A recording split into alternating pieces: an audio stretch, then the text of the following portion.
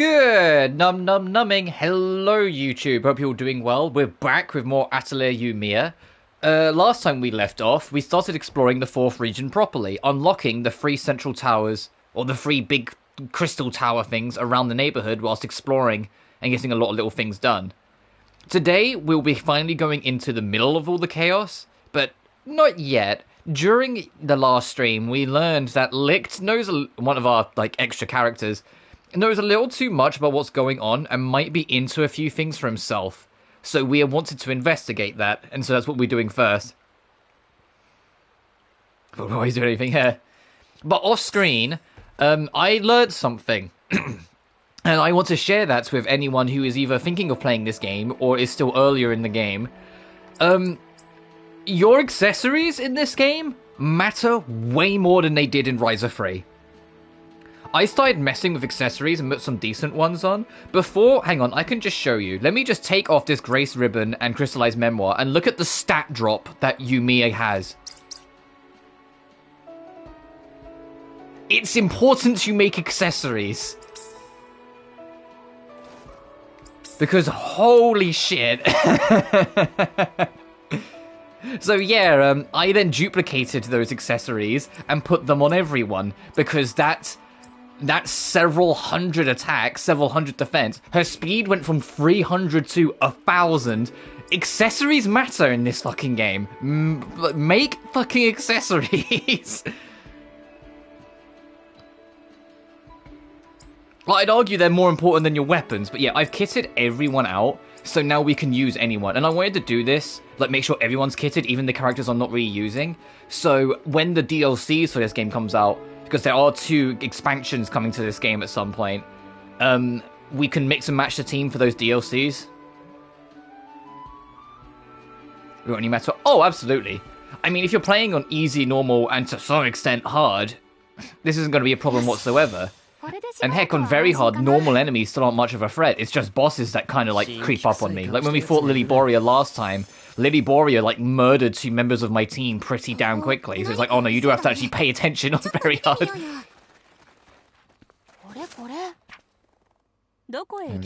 I don't. But then I'm also, I also, have... I'm an idiot because I brought this game twice. I brought the Ultimate Physical and the Ultimate Digital because I wanted a physical copy of the game. Well, so I brought the Premium box. And I'll do the same for Res Lorraine or RW when it's available.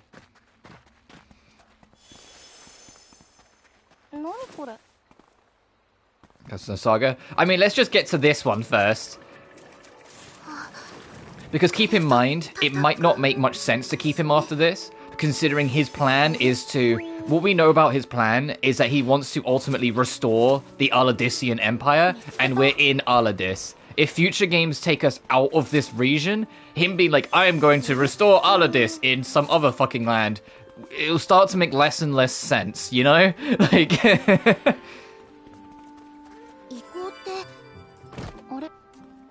Anyway, let's see what Licht's up to.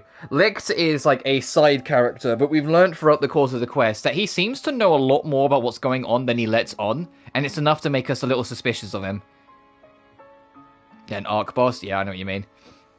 I mean, the closest we technically got was in the Mysterious Saga, and even then, does it really count when he becomes alt? Does it really count? It's kind of like it's kind of loose. Huh? What's wrong? The floor feels weird here. Also, I've got Yumia in my favourite costume for her again. Oh, there's some sort of device in this part of the floor. Something might happen if we step on it. Yeah, he was only really a boss in Sophie. You mean you kinda sort of rematch him in Lydian Suli, but it's like a mirage and it's not really him. You in that desert land?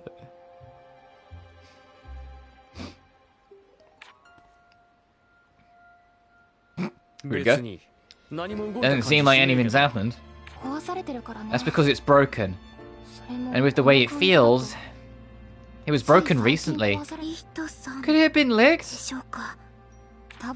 Probably. If we fix the mechanism, we might be able to make it work again. Kingdom Hearts about it though, so it doesn't really count.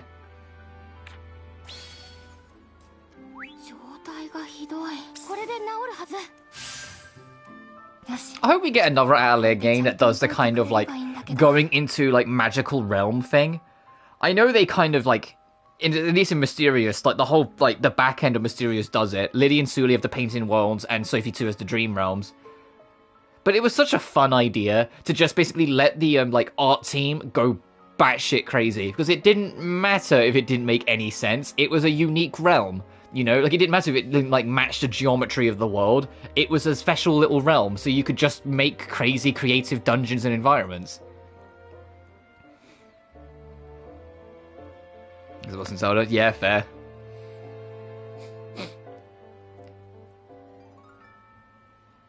This is a fever dream here.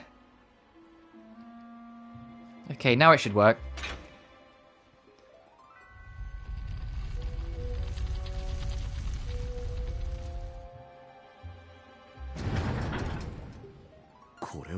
A hidden door. There's nothing here. Was it always empty, or... So Victor ended up waking up with him and mad.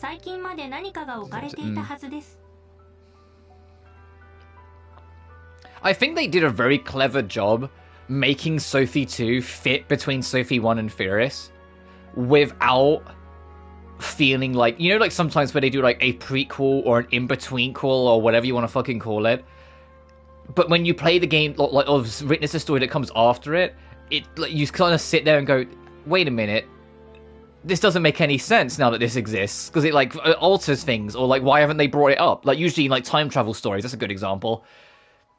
A lot of time travel stories, like the character wakes up on the other side and it's like, hang on a minute, you've seen your future self, how are you not like prepared for this now? Like, but I felt like Sophie 2 managed to strike a good balance where it's like, it was personal for Sophie, and it's like, because all the party members are going to be sent back to their own times, yeah, she's never going to meet any of them again. There was a small part of me that kind of hoped like one of them would have been only like slightly in the past or slightly in the future. Maybe if they ever make a 5th Mysterious game, they'll do that, and like one of like the Sophie 2 party members will either show up as an elderly or a child. Which I think would be a little heartbreaking in a way as well, to be like, man, yeah, they're definitely in different time stops, but still. But the fact that they did it that way allowed it to be very individualized, and also very personal for Sophie, and it's why, like, it almost helps with how Sophie's portrayed in Furious and Lily and Sully, where she's a lot more self-sufficient and self-confident. Because at the end of Sophie 1, although she is definitely getting there, and she is a lot more confident and prepared to do things, like, she still has that, like, not like hesitation, but hesitation in terms of like how she feels about her grandmother and whatnot. And Sophie 2 gave her enough mental closure that now it makes sense when you go to the Furious that she's so openly confident.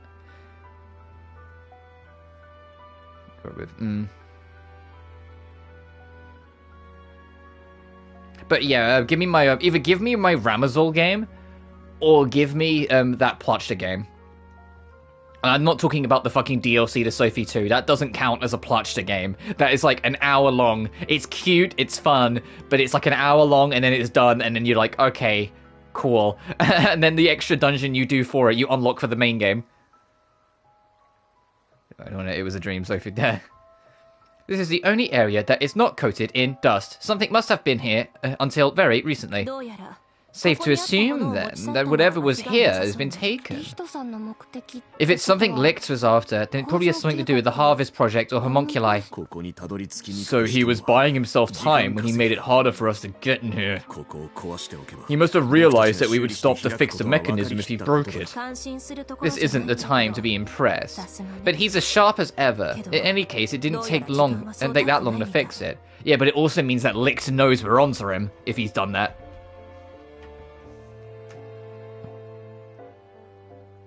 The thing, that was like one of the things I was kind of like mixed on. Like, it wasn't that I was critical on it. It's like our Plotchta, like, you know, like the Plotchta that was the doll, kind of is not that present in Sophie 2 in retrospect. And I get why. If they had both Plotchtas be like super present and everything, it'd be a bit like, okay, what the fuck. But so to have like young Plotchta and like be like the main focus. Like I get it, but I was just kind of like, but that's young Plachta. That's not our present Plachta. But then it was also very cute that young Plachta kind of ended up becoming endeared to Sophie anyway. It's like, it doesn't matter what era of Plachta it is, they always end up, like, adoring Sophie. I was like, that's just really cute. It's like one of those, like, things of fate.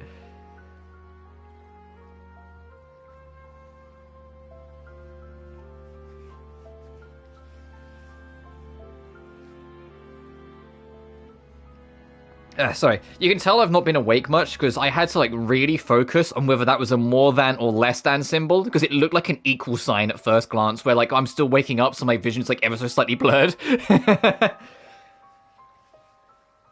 I mean, I as a whole prefer adult Plachta, but that's just because I like her whole story arc across the trilogy.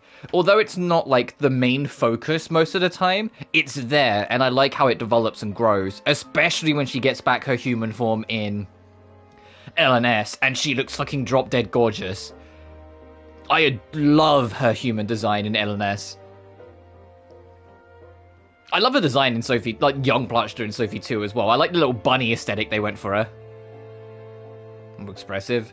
I mean, adult Plachta gets there, but I get what you mean. She's more openly expressive because she's, you know, just a big kid at that point. She hasn't had all the traumas and pains that came with the betrayal of Luard.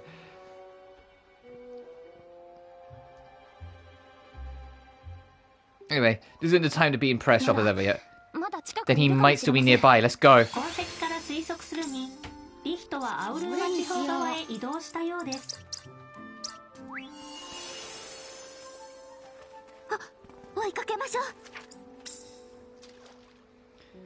It was clear that something had recently taken out of there, but could it have been homunculi? Lick may still be mine, we need to find him. Where are we going? The Radix station. I don't think it was the book that changed her personality. I think it was just being imprisoned for 500 years. Or however long it was. I can't remember how long it was now, top of my head. But being imprisoned for such a long time, knowing that the last thing that happened was that she was betrayed by someone she deeply trusted, I think it made her very hesitant and cautious on an instinctive level. I don't think the book precisely was the effect. I think it just kind of made her hesitant. But you see her start to break out of that and become more expressive throughout the trilogy. She is kind of played for laughs in Furious, where she's just kind of like, oh, Sophie, again. But by the time you get to Liddy and Sully, no, it becomes a very beautiful and charming story of mutual respect. Even ignoring shippers, there is a very deep familial love between the two of them. And it's really charming to see play out.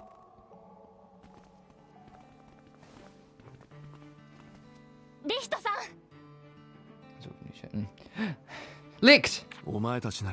I knew you'd all chase after me, but you moved faster than I anticipated. Why are you suddenly dressed in, like, villain garbs? Come on, Licked. I've been calling you Discount Boss all game long. Did you really take it personally?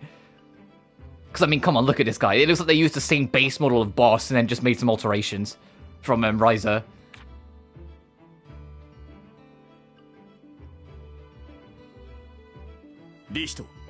Licked, stand down. That's a memory vial with information on homunculus research, right? Could you hand it over to us? What's a personality? I mean, I get what you're saying, but equally, I stand from the point of Plachta finds her personality and finds her way throughout the trilogy, so that point becomes kind of mute by the end of the Mysterious Saga, because she very much becomes her own person. You know, it's like Rain from Trails Alpha. That research is the result of inhumane experiments. You know very well that it isn't something to be used for personal gain. What do you plan to do with it? If you think I plan to use it for the same ends as they did, you're sorely mistaken. No. There are people in my country who desperately need homunculus technology. I need to do whatever it takes to bring this back to them. Your country? So you're a spy for another country? I'm not a spy. I'm doing this for my own reasons. That goes for wanting to obtain this too.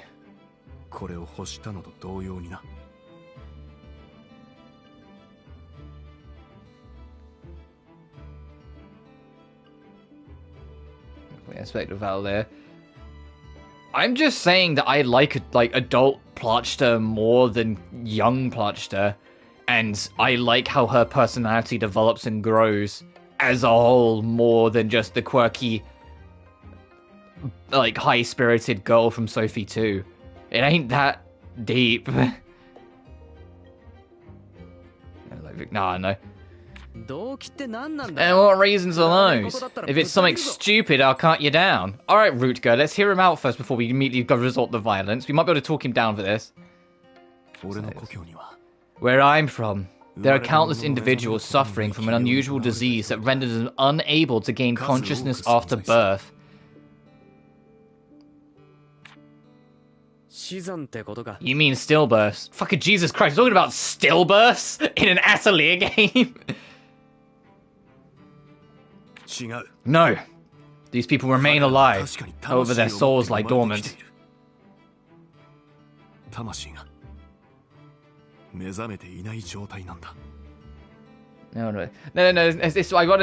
need to try and talk him down, because he has been extremely helpful to us all game long. We just need to figure out what's going on. They never gain consciousness as long as their souls remain dormant, but physically they grow in age. But how does that make any fucking sense? If they're unconscious from the moment of birth, how are they fed? How are they... You know what? I began thinking, would they be able to live normal lives if we were to create homunculi to use as vessels and transfer their souls to them? Why does Licht sound like Victor? I don't know, dude. A disease that causes the soul to remain dormant? I've never heard of such a thing. Nevertheless, no, he sounds a little higher pitched. It is a different voice. It exists. That's why I'm here. I'm looking for a way to combat the disease. And I finally obtained a technique for creating the vessels. With this, I can wake everyone up. I can help everyone wake up. I can read. So can you tell that I did a 6.5 hour stream yesterday? It's caught up to me. For those who didn't watch it, about like 5 and a bit hours into the Persona 4 Golden stream yesterday, I was like, oh, we're in a good point for the story. Next time we get access to the TV world, I'll wrap up, because I want to do a little grinding off screen.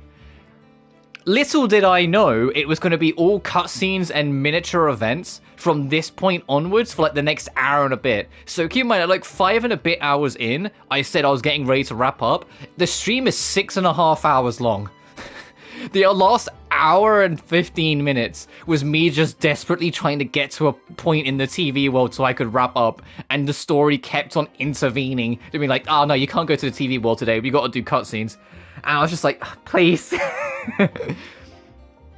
And then at the end, you can hear how desperate I get, because like in the last few minutes, there's a point where Naoto calls, because Naoto's joined the team now, and she goes, oh, if possible, I'd like to go to the TV world tomorrow to try and practice. And I'd like scream into the mic, yes, please, I want to wrap up, I'm hungry. But for those who haven't keeping up the Persona 4 Golden playthrough, we have literally like just crossed the line into late game. We are genuinely pretty close to like the late game / end game shit now for Persona 4 Golden. It's kind of wild how quickly we've got there. Because we're about to start the Heaven arc, and it goes straight from the Heaven arc to the True Killer arc. So we're literally 2 story arcs off the game ending. Well, like the main story ending, and then we've got, you know, Hollow Forest and the Corridor. But Hollow Forest and the Corridor are both like 1-day event dungeons. Like you unlock them and you have to do them the moment you unlock them, and when you're done, the plot immediately continues. You don't have to like buy time and dates. Adachi's use Shadow. I mean, it's yes and no. The problem with like that is you have to consider Amano Sagiri. And Amano Sagiri, because for those who don't know, have no idea what I'm talking about, Amano Sagiri is influencing the True Killer's decisions throughout all of Persona 4. Not influencing as in like directly controlling, more like Amano Sagiri made sure that Adachi would notice his powers could let him get away with murder, and then sat back and watched what happened. Amano Sagiri is the one that made sure like some things would fall into place and lean into Adachi's already kind of broken and twisted personality to let things play out. But Amano Sagiri is a descendant of Izanami, not but I believe it was after the separation from Izanami and Izanagi. So it's almost like a broken, separate relative that has influenced it for like a being from the underworld, but not quite. I'm not going to pretend I'm a mastermind of all the children that Izanami had, because there's a lot, and a lot of them tie into it. In fact, we're going to encounter fucking 4 of them throughout the latter half of Persona 4. There's a lot of fucking Izanami's kids you bump into. It's kind of like Kagura, fucking Amano Sagiri, the fucking Weed Angel. Like, actually, I think that's it. I think there's a 4th one, maybe, but I can't remember what it is off the top of my head.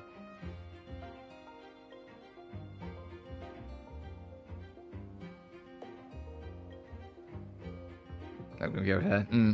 But it's why Izanagi and Izanami are referenced so much, not just beyond like because it's your persona, but because the story of Izanagi and Izanami is directly, and their children is directly symbolic of Persona 4's story. The persona users are the replacement for the children of light, whilst Amano Sagiri, Kaguya, and the other one are for the children of the darkness, the children of Izanami. So it's like Izanagi's and Izanami's joint children versus Izanami's children from the underworld directly clashing, and their battleground is the 2 realms, the human realm and the TV realm. Which is something that if you have absolutely no knowledge about any of the lore and any of the like the real world history and like mythos of these things, will probably go completely over your head. But it's one of those things that's just really fascinating about Persona 4's story, that they use like a very ancient, like mythological story as like the baseline of the themes and elements, and then built on top of it with Persona 4. And then have it become more direct as the story goes along. And then also have it be a murder mystery. Like, Persona 4 is just such a cool fucking game, even with all like some of its writing stuff. If anything, I hope, like, if there is a remake coming, which it's sounding more and more like there is, that they lean into it more. That they add more little bells and whistles to lean into that mythos more. Heck, add more of the children, for fuck's sake. Anyway, I'm creating the vessels. With this, I can help everyone wake up. I'm bringing this back to my home. This is why I joined the research team for. Will that really help them live normal lives? What? Transferring their souls? Even if he was able to do that, wouldn't they become different people? As a title, yeah, fair enough.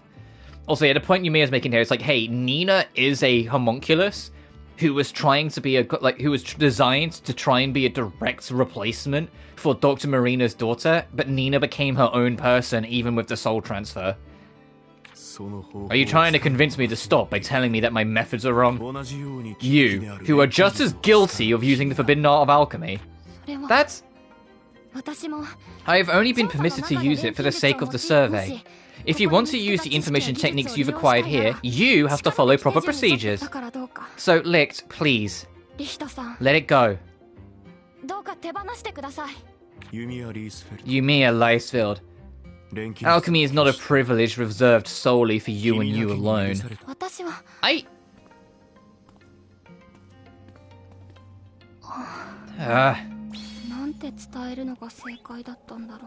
What should I have said to him? I doubt anyone here would have known what to say in your position. I was frozen too after hearing him say that. You didn't say fucking anything! What do you mean? It was just Yumiya versus Licht, and Victor popped in every now and then. We should report back. The chief needs to know exactly what happened. You know, I'm curious if this story arc is actually going to get concluded here, or if they're going to leave it unconcluded. And my theory being, if they leave it unconcluded, they've just set up their antagonist for the sequel. Someone with good intentions to try and, you know, save these stillbirth but not people of his own country. But by doing so, stealing their souls to place them in what's basically glorified artificial human beings, but they lose their original being and essence by doing so, becoming different people. And the moral ambiguity of it all.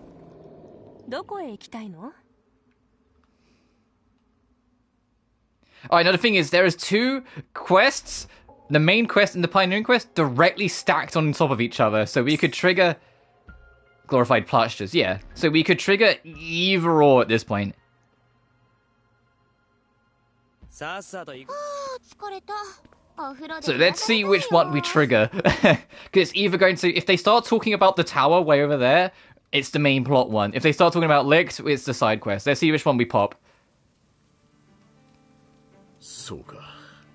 Okay, we got Licht. I see. Setting aside whether or not it's true, Licht's goal was ultimately to help the people of his country. We're truly sorry, Chief. We failed to capture Licht or recover the materials he took. We just watched him walk away. It's my fault. I could have stopped him, but I didn't know how to answer him and I froze. It's alright, don't worry about it. We had no way of knowing what was going on. But, to what ends should power be used for? That's not a question that's limited to alchemy, nor is it something that can be answered so easily. And when you take into account personal feelings, or the decisions made by a nation, that answer changes. Right. In any case, even in the days of the past civilization, the issue of creating homunculi was not so simple. I imagine Licht knows this as well. I feel like the surrounding situation must have been desperate for him to cling to such a thin thread of hope. If Yumia dies at the end of this, that would be a bold fucking decision. That may be true. Even if I were to get my hands on the technique to make homunculi, the idea of making them the same way they did back then is unthinkable. I have an alternate theory. Because Yumia's memory of her mother has been permanently stolen from her, so she will never be able to properly recall her mother ever again, I think every remaining link to her mother will slowly but surely start to be taken from her as well, until there's nothing left. I think the big, ending twist, if they're gonna do something, is Flammy, our little mechanical device. That was made by Yumia's mother, and it's the last trace of her existence. I think Flammy's going to be broken or destroyed or quote-unquote die at the end of this. Or have to be let go one way or another. So Yumiya completely has to let go of the memory of her mother, and accepts that it's gone forever. Even if I were to get my hands on the technique to make homunculi, the idea of making them the same way they did back then is unthinkable. Of course, I'm not saying that we should just let him take it and do whatever he wants with it, but for better or worse, the homunculus issue is still under investigation, which means it's under my supervision. That was my theory. Oh, well, we'll see. Huh? I think, because as I said, this is called the Memories Saga. I think a big part of it isn't going to be about how important your memories are. For Yumiya at least, it's going to be about being able to make new memories after what's been lost. I think it's going to be like a saga of losing things in your memory or losing things to the past and making new ways forward with the memories you have and if that makes sense.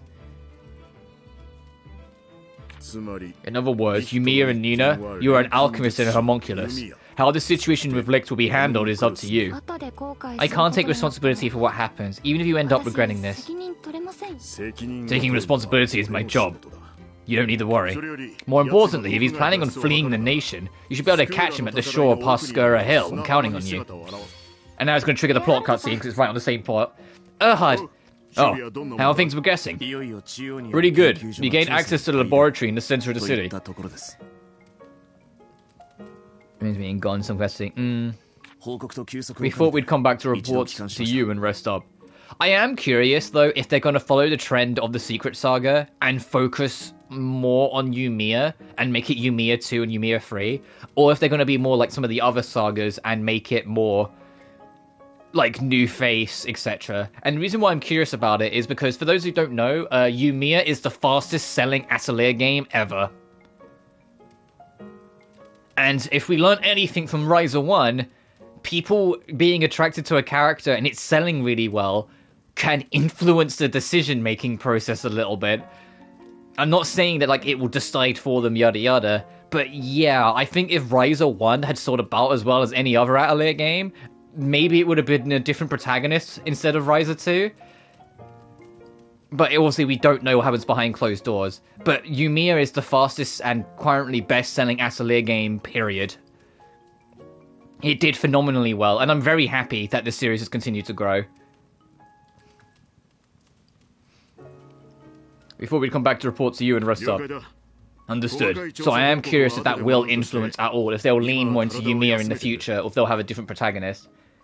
I imagine they'll still do like the time skip stuff, as in like the next game will be based X amount of years later. Mostly just because I want to see what Lenya looks like all grown up. And how much of his old identity is lost. Doing Memories of His Legacy. I still stand by the fact that, at least like, in Very Hard, this game has a much greater emphasis on alchemy than Ryza 3 did. Like, I'd say it's on par with Ryza 2. And Ryza 2 still could have been a little more lenient on its alchemy. But you get my point, where it's like, I do feel like the balance is better in this game compared to Ryza 3. Because Ryza 3, it felt like you could handle the game by just finding loot around the map. You only needed to make, like, one decent elixir and get the key that makes you invincible, and the game was won. And then all the rest of the alchemy was just plot stuff. Whilst this, it feels imperative to actually, you know, make new equipment, hunt down specific resources like classic Atelier, like, you know, to prioritize specific things, to try and find specific areas to get what you need, to focus down certain paths of alchemy to make like unique resources that can then be like channeled into a cycle to make the next big thing you want to make.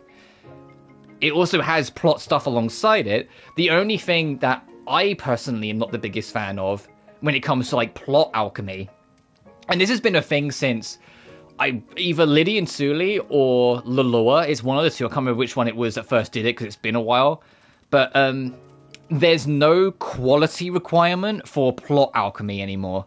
And I get that's there for more accessibility for people that aren't that familiar with alchemy, to not just completely stonewall them off by saying, hey, you can't make a thing of X amount of quality. You just need to make the, like, so you can't pass. Making it now that you just need to make the thing, I feel like kind of pulls away a little at that having to actually, like, become an alchemist aspect, you know? Having to actually have lines where you need to actually make something of a good enough quality for it to work for the plot. Whilst now, like, sometimes there's a plot-based item, and they'll be like, hey, can you make, for example, a specialized key for this one door? I can just go into the alchemy, click the item, click bare minimum, autofill it, and it will be good enough to open the door. Whilst, like, in, like, Theoris, if the same situation came about, it would say quality greater than 90, for example. And so if it was less than that, it wouldn't work. You had to at least know enough to, like, build it to make it work. And I feel like it did a good job of encouraging. The ultimate compromise, the easiest compromise, is make it difficulty tied. That's the easiest compromise. And there's been a thing that I've been wanting to talk about for a while, of how I want Atelier to handle difficulty. And how I wish they handled it, and that is, and stick with me here, go to Silent Hill approach. And before you sit there and go, what the fuck? Silent Hill splits up its difficulty into two different things. Actual, like, combat challenge, and puzzle/environment challenge. I want Atelier to do something similar, where the actual combat challenge has difficulty levels from, like, you know, easy to very hard and whatever. And then you have on the other side, alchemy/plot/environment challenge difficulty. And if you put it on, like, say, normal, that's when you get quality requirements for plot items. If you put it on hard, then it might require you to actually have to make specific traits as well, sort of thing. I feel like that's how you should do it. Because this game is kind of just too easy. But yeah, I know you're bringing up Sophie 2 as an example, but like Sophie 2 got it right with alchemical difficulty, because if you play on hard and very hard, you need god tier alchemy to be able to make it feel not as brutal.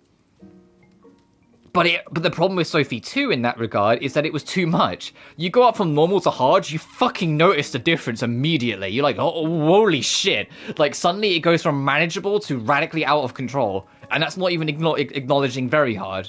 You know, you have to really, like, focus down and rebuild it. So it's like, there's almost like, there's a middle ground between how Sophie 2 handled difficulty and how Yumia handles difficulty. That would have been the sweet spot that fixes all this shit.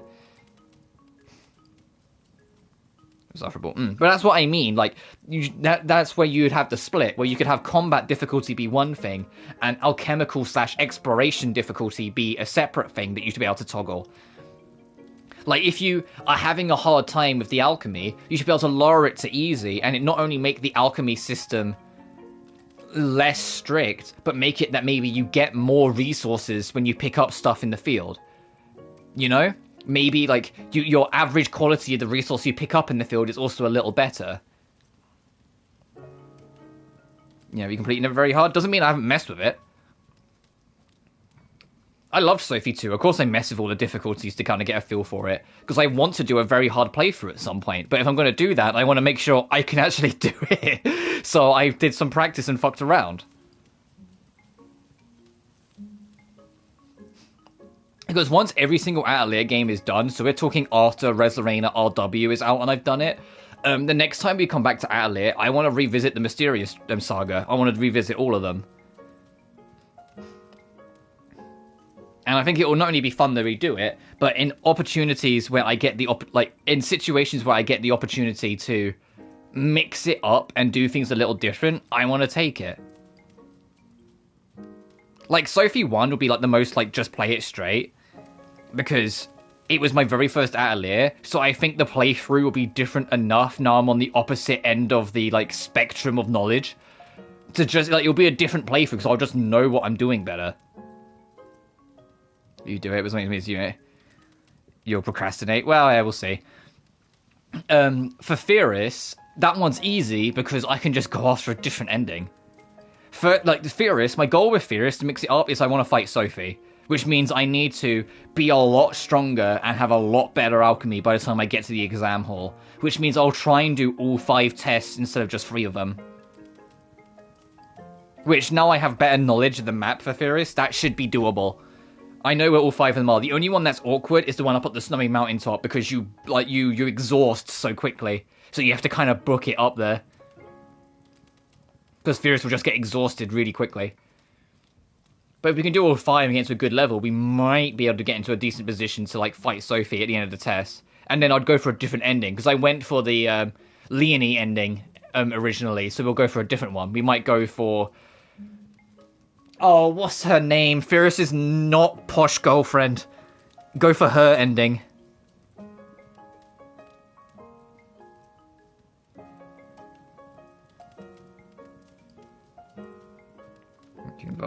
Yeah, but you know what I mean. I'd like to be able to have, like, a proper strategy beyond just spam turn delay items.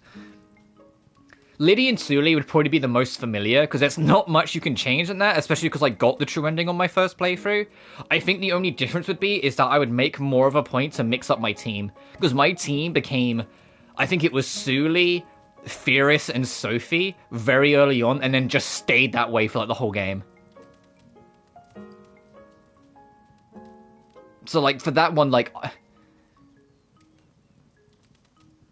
Woman, as I remember her, yeah.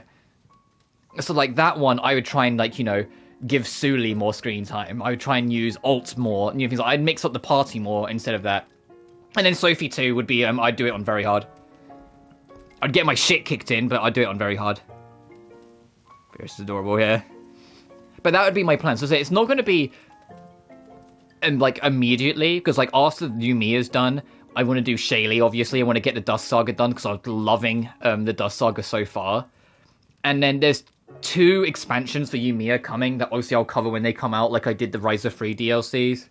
Then there's Res Lorena RW, and we don't even know what post-launch content that might have, so we'll have to see how it goes. But once, like, everything's wrapped up, and there's nothing new announced coming right now, assuming they don't announce something else between that time, which, like, Jesus Christ, Gus, let me have a bit of breathing room. We will then start, like, the Sophie revisit, and then go through the Mysterious games. Yeah, And like I said, I think it would just be really fun to go back to Sophie 1, because it's now, like, I've gone from knowing nothing to now being, I'm not going to say a genius with the series, but I've played more than not. The only Atelier, the mainline Atelier game I'm missing after this is Shaylee. I have to specify mainline, because if we're counting spin-offs, then I haven't played a single one of the handheld games. And I'm in no real interest to change that, at least not right now. So you do for DX. You know, speaking of, Punishing Grey Raven can officially put that fucking sticker, the featuring Dante sticker, on their game now, and that's so funny. And I also like the continuing trend in Punishing Grey Raven that anytime they cross over, for some fucking reason, Alpha fights them. It never makes any sense, but for some reason Alpha always shows up and squares off and has like a fancy, hyper-animated, really cool fight with whatever character. I have seen Alpha fight fucking Virgil, and I'm just like, what? Punishing Grey Raven fans are living the high life watching their main girl fight Virgil. PGR is so fun. I wish PGR, like, the way I feel about PGR is the same way I feel about Honkai Impact Third. I just wish it was more accessible. But it's too directly tied to its mobile origins that I think it would be too awkward to, like, put onto console, unfortunately. But we know, because, like, the team have said, like, they would love the opportunity to find a way to put it on console. So it's a never say never kind of thing with Punishing Grey Raven. I just don't think it's their toppest priority. The problem with Honkai Impact Third is that Honkai Impact Third is on, like, version 8.1 now. It's stupidly far along. They're trying to, like, make it available for console players to play catch-up. It's like, hey, yeah, see you in 1,000 hours. You know? Like... the Chinese release, yeah. I'll get some rest. But PGR is great fun when I used to play it. I don't play it much anymore because I've got too many fucking gachas on the mind. But it was fun when I played it. It's a really, like, it's surprisingly, like, detailed action game on mobile. Like, it's kind of surprising, like, how much you can get out of it. The only problem with it is, there's a lot of side content where you get so overpowered if the right builds that you don't really get to experience the gameplay properly anymore, if that makes sense, because you kill things too quick. It's what makes, like, the dedicated 1v1 bosses so addictive in PGR, because they're always at your skill level, and always at your power level. So that you don't die instantly, you have to actually combo them, you have to actually, like, focus down strategies and, like, perfect guard and shit. Like, it becomes an actual, like, Devil May Cry experience. It can be sort of English release, yeah. Hey, Yumia, what are you going to do after the investigation is over? Why the sudden question? It's not sudden at all. I guess not. Once the investigation is over... First, I think I'd like to visit my mum's grave. Even if it's only her grave, I'd like to see her. You know what, Yumia? That is valid, considering you don't remember your mother anymore. It's something to at least give you something. Please get what I want, yeah. And if I'm allowed, I want to put my skills to good use. I know there's not really much I can do right now, but I want to do whatever is within my reach. Although, I don't know what it will mean to be an alchemist when all this is done.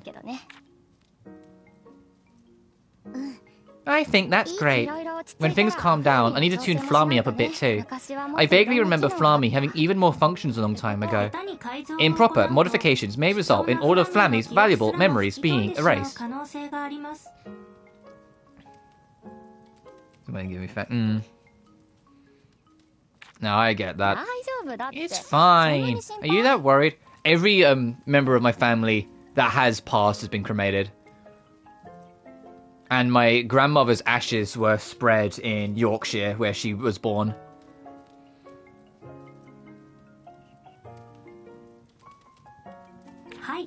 Yes. Hey! The risk associated with being entrusted to someone as inexperienced as yourself is extremely high. Cheeky as ever. Yeah. How about you, Isla? For me, it depends on what the chief tells us to do. I'm a knight, after all. Yeah, you're also of, like, a noble bloodline. You're not a princess, but you're fucking close enough, Isla.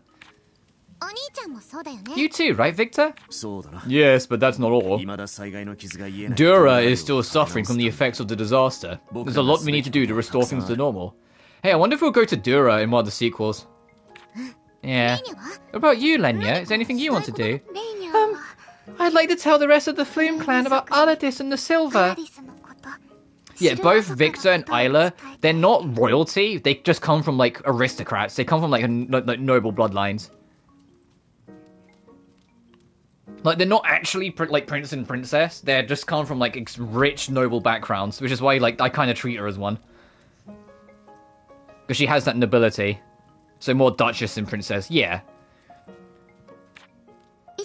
I really hope that one day our clans can meet. Yeah. There's no one better to bring them together than you, Lenya. Rutka, Nina, how about you? Since we're on the subject, I want to hear everyone's plans. Me? I won't be doing anything different. I'll just go there to talk a profit, same as always. If not every character here comes back in the sequel, Rutka is one of the ones I can imagine just being just for this game, unfortunately. You know how, like, each game of the Riser trilogy had, like, a few, like, central-esque characters that are just not present in the next one? Like, I hope all 6 of them have screen presence in the next one.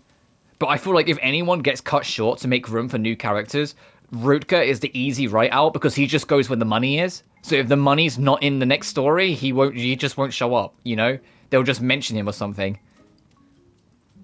We're about to get the Monica treatment? Yeah, that's what I'm fearing. That I will still never get over that. It is wild how Monica just vanishes off the face of the earth in Sophie. Like, even Oscar comes back. But Monica is just gone. Like, what the fuck happened? Why is she that viciously gone when she was, like, Sophie's bestie? Like, not even, like, she's, like, rarely mentioned. I would have thought for sure she would have at least shown up, even not as playable, but at least shown up as in, like, had a presence at least once after Sophie won. But no, she's just fucking, she ceases to exist. So, where was it? She's in the time warp here. Figures, you haven't changed a bit from when we first met you. Just call me consistent. Nina, what about you? For me, it's hard to say. Nina will show up again because she's too integral. Her being an homunculus, and this whole thing of like homunculi research being the basis of why alchemy became taboo. I think like Nina is a surefire. She's too like interwoven with the overarching story of what will probably be the memory saga, like of this whole saga. Like I think she'll show up. It will probably be honestly Yumia will probably show up guaranteed because, you know, protagonist is always the way. Nina will probably show up. If Isla shows up, that will have to include Victor, but I think they will because Isla and Victor are very much supposed to be, like, the, like, starting crew characters, so they will carry over, I think. So, like, the only ones that might not is Rutka and Lenya. Lenya, I hope, does, because I want to see her grown up. But Lenya is like, she's got to focus on her clan and things like that, so they might have her out. And Rutka just goes where the money is.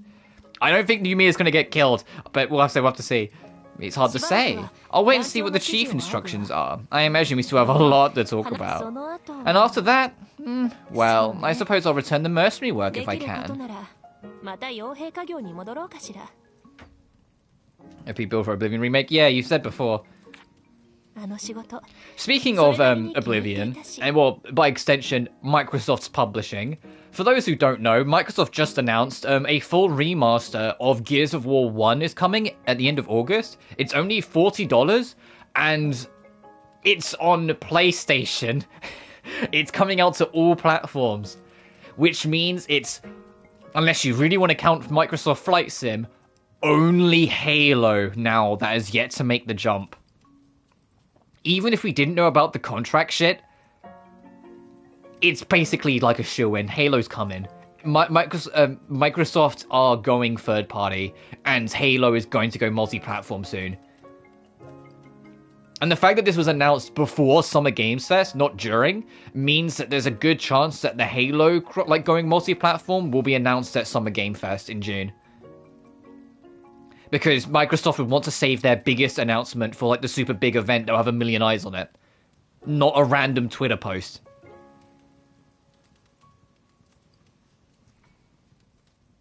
Okay, well, then she's going to be plushed. That makes... Yeah, but that also doesn't make much sense. Because we've already experienced young Plachta. I think you're digging in way too deep on that. It's enjoyable work in its own way.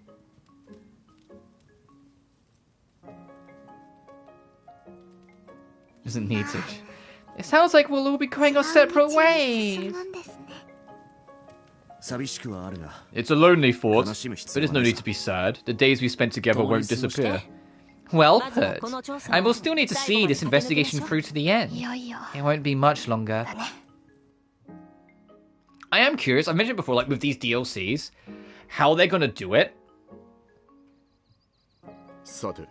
Because, like, this game is so narrow focused on just being about Aladis. Are the DLCs going to be based during the story or after? Because if it's based after, it could be, like, an opportunity to kind of be like, hey, here's when the gang got together again, like, a couple months later or some shit. Sounds like gaps in information of Plash's memories. Yeah, but I feel like... I feel like that's not what they're going to do. I know there's been more of an effort to try and bring all the sagas, like, not under one umbrella. Like, there's definitely still different worlds and different realms and whatnot. But, you know, with things like the Age of God and things in the background, there's a link tied to each universe. But I'm still pretty sure that this universe is going to be separate in that sense, and it's not going to lead into Mysterious. I think Mysterious is one of those things that they've done almost everything they want to do with it, assuming the manga has anything to do with it. These are just crackpot fears, but still, yeah. Right, your next step is for you to head to the heart. I suppose I don't need to tell you what to prepare yourselves. Yeah, because the final boss might be in there. Actually, I kind of doubt it. I think the final boss is coming up, but I kind of doubt it'll be the final boss in that tower. And I'll show why next time we get the map up. Because there's a little spot on the map that I didn't notice until after the stream ended last time. That I was like, oh wait, there's just a chunk of the map we can't access, but is there. So it's probably that's where it's going to end. You've all really grown. Oh, what's going into you all of a sudden? Did you guys know? At first, she was so excited at making huge discoveries and uncovering shocking truths. Me? When did I say that? What's so funny? So sorry, Yumi, it's just very sweet. Even Lenya laughed at me. I had no idea. I can't believe you said that. Back then, I was just doing whatever I could. Yeah, she was just a very excitable, like, big kid. I know, that's right. Everyone used to be pretty wary of you. There's no one who seems that sees you that way anymore. Not me, not anyone else in the research team.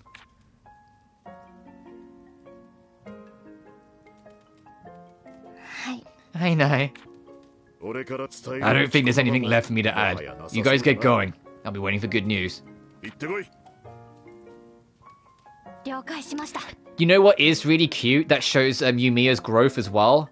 It's as simple as her hair is just out the way enough that you can see both her eyes.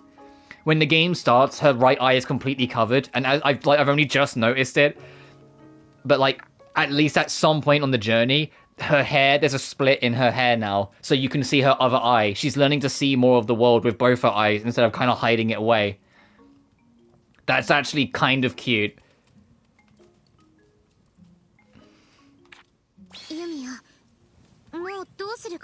Yeah, you can see it on her model, like, but like her right eye was almost entirely covered. I mean, you can see it on the sprite in the bottom, what I mean. Like, her right eye used to be completely covered.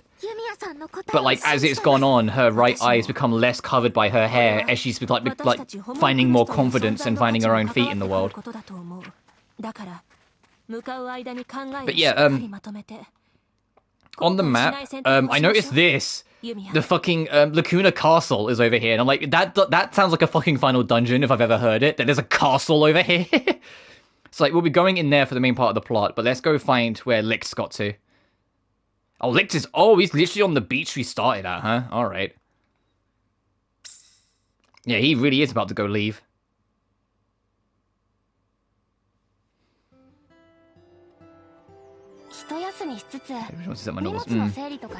Oh yeah, that's wonderful news. Someone wants to do that.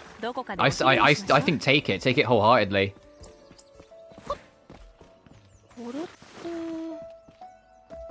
Fiona Green is her name, fair enough. Then shout out to her. Alright, let's get down to this beach. You know, past these like level... What level are these punies? Level 22. Okay, so their levels did creep up a little bit as the story went on. Whee!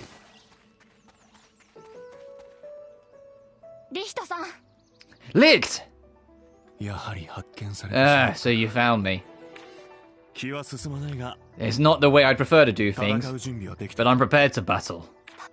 Battle? If you want to stop someone who is prepared to put their life on the line, you must be prepared to take a life. I'm not gonna fucking kill you, dude. Let's not be dramatic.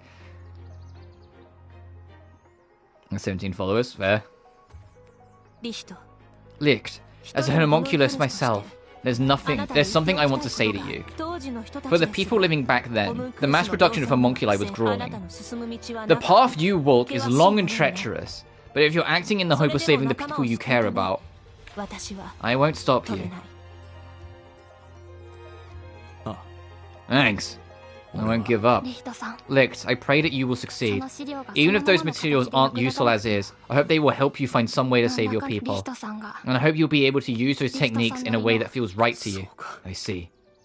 Don't forget your words. I too pray for the success of the investigation. Interesting, so we are just gonna let him go. Is this really okay? Broadly speaking. I doubt it, but this is the answer we chose. Interesting, so they are gonna let him go. Alright, let's check if the chief one last time. What happens next is up to Licht. I think what it is, I think I figured it out. They're gonna let him go and try and do this research, and just keep an eye on him. If his research leads to a way he can actually help his people, great. If it leads to him falling down the route of all the homunculus bullshit, we get him. That's what I think it's going to be. Because his ultimate goal is to use that research to find a way to save his people. If he can use it, if he can find a way to do it humanely, sorry, sure. But if he doesn't, we'll get him. What I'm saying is, they left that open for a sequel. What I'm saying is, that's a plot thread they could chase up in a sequel. And I wouldn't be surprised if that's the intention. Like, that's something that will probably follow up in, like, a couple years' time.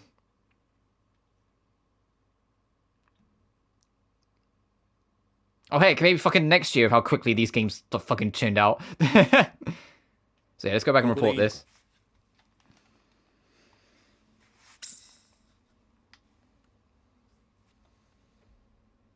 I mean, it's only I mean, an antagonist, yeah. I mean, like, I've called him Discount Boss all game. Maybe he'll go down the route of Boss and become playable in fucking Yumia 3.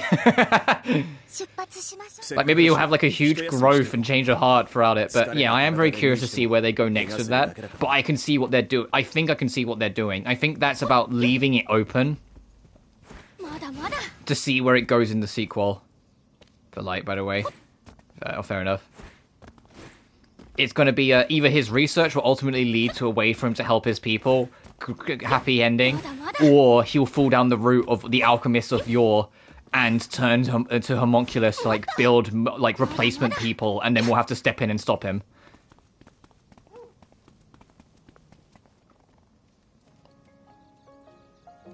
I see. A job well done, everyone. If it hadn't happened, deciding what to do with the mass production of homunculi would have been extremely difficult. And not just because alchemy is taboo. It would have had a huge impact on what we consider acceptable and ethical. I put you two in quite a difficult position. Through everything that happened during our investigation, I feel like I've truly come to understand just how much responsibility comes with having great power.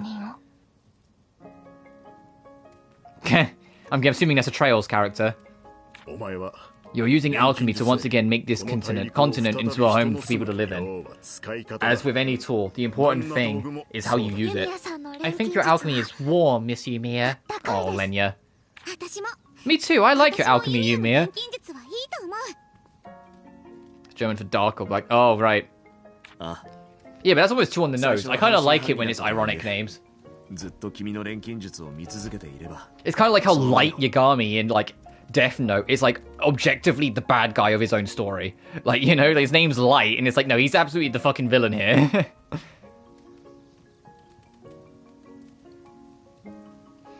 I had my doubts at the start, but seeing the way you use it, over time I've come to appreciate it as well. I want to use the kind of alchemy that helps people hold on to hope. But this is an edgy game. Yeah, true. I'll keep doing my best. Alright, we decided to let Licht go. For something to be left as a thread in future games then.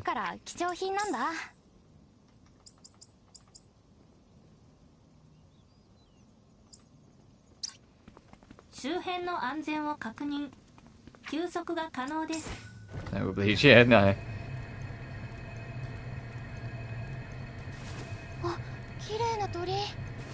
Alright, I think we should head... I think we're ready to head into the capital. I don't think there's anything else for us to do. I can double check, but I'm pretty sure...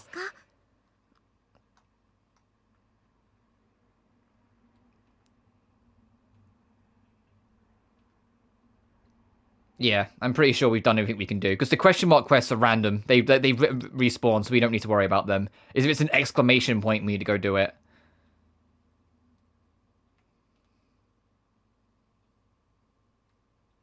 Alright, let's head into the heart.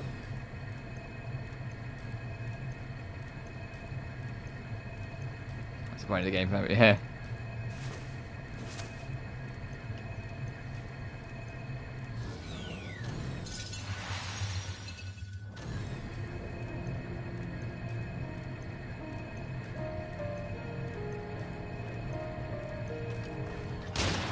Wait. Yeah, fuck you.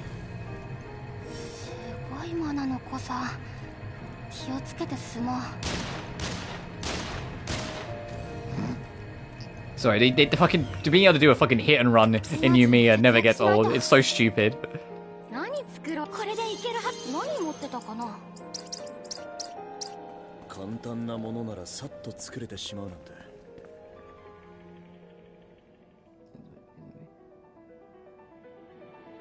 That's for me to get to work. This way, it's varying ending. I've been working a lot more on my book recently. My second Demon of Zenelheim. It's been really fun going back to that. I finally got to write and introduce one of the main antagonists, Laverna. Laverna Evelyn Lovelock. And she's been really fun to write. It opened! So much technology was born here. Because the two main villains are sisters in Demon of Zenelheim 2. Laverna and Aurora.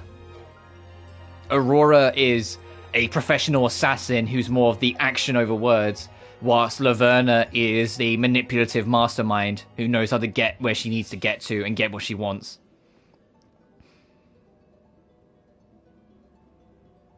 The Aurora is the one that will arrive at your doorstep with a silenced pistol. Laverna is the one that will make it so your bank account's empty. And that there's no presence of your existence after Aurora does you in.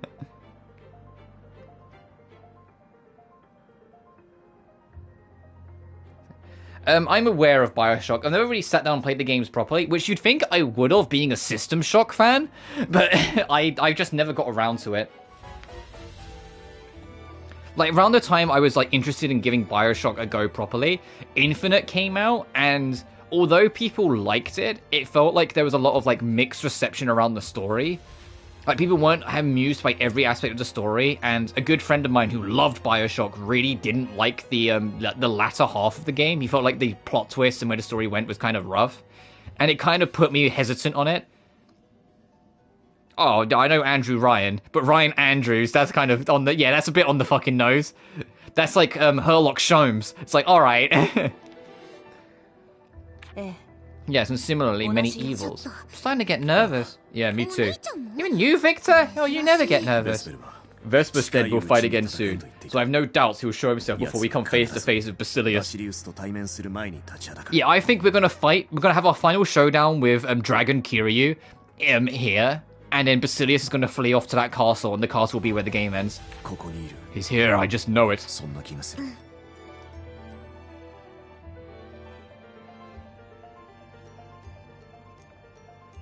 Of Sherman from Fairy Fencer. Oh, okay, so he's a complete twat. No, Sherman just annoyed me for most of Fairy Fencer F. I get that's kind of the point, but he just wound me up.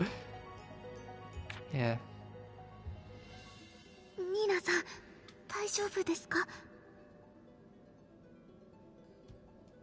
Whatever it's called, Dragonov. Yeah, well, Athena, you okay? I'm okay. I just find myself remembering many things. We're about to peer into the abyss of Aladis. Let's go, everyone. Alright, into the fucking abyss, then.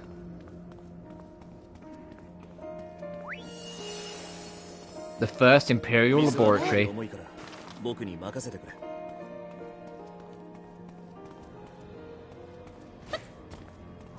Oh, there's an invisible wall here. I was going to say, can I go explore? No, this is probably going to be a very Oh, this is absolutely going to be an actual dungeon by the looks of it. Uh-oh.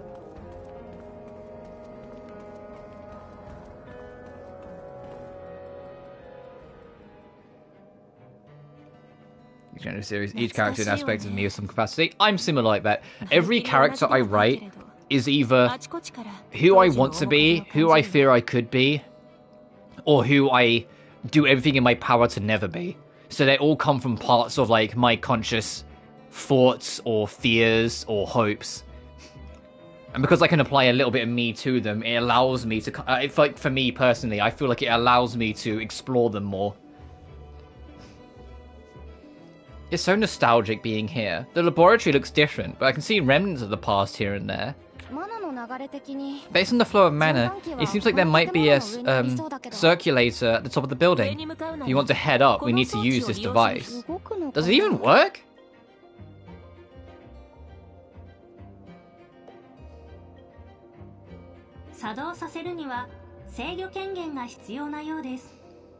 Control authorization is required to operate this altar.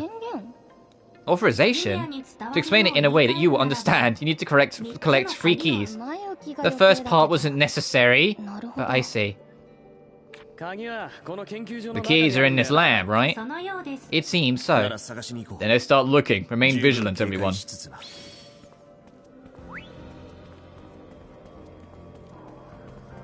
Fair enough. Oh, there's Dunkelheits in here. Good to know. 4 of them as well. That's nice.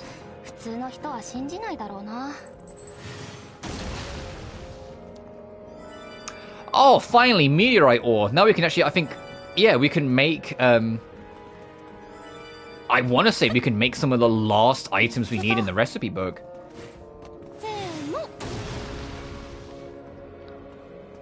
Yeah, I think we're in a position where I can actually complete the recipe book now.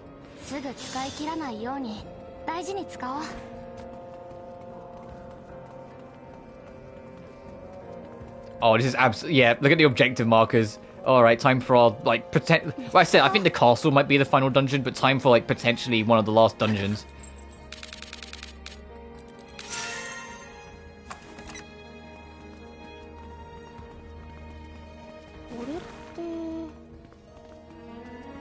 Also, I'm liking the music for this dungeon. Very atmospheric.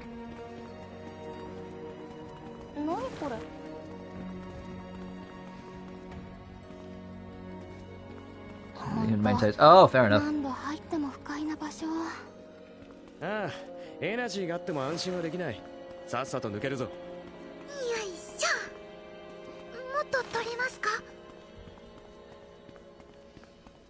the fact that this is all mana bound as well, so you've got to keep an eye on your mana, assuming you haven't like maxed the shit out of it like I have. Speaking of, how many skill points do I have? Right, 384. Psycho doing the same, main protagonist. Set pain heals from. Oh, fair enough.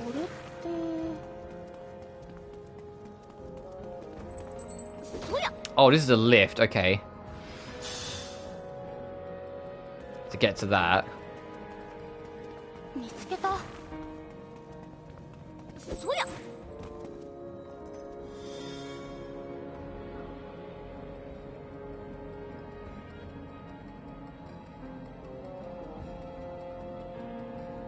That was kind of contrast.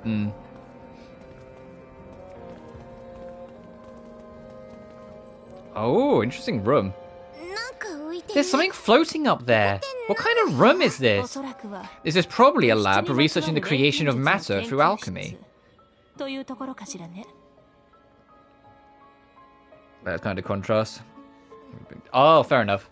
It's probably the same in alchemy. Mass production of weapons and armor for military use. Architectural technology rooted in alchemy. In Aladis, everything from children's toys to houses was made with alchemy. Can't even imagine what a world like that would look like. Yes, it's the complete opposite nowadays.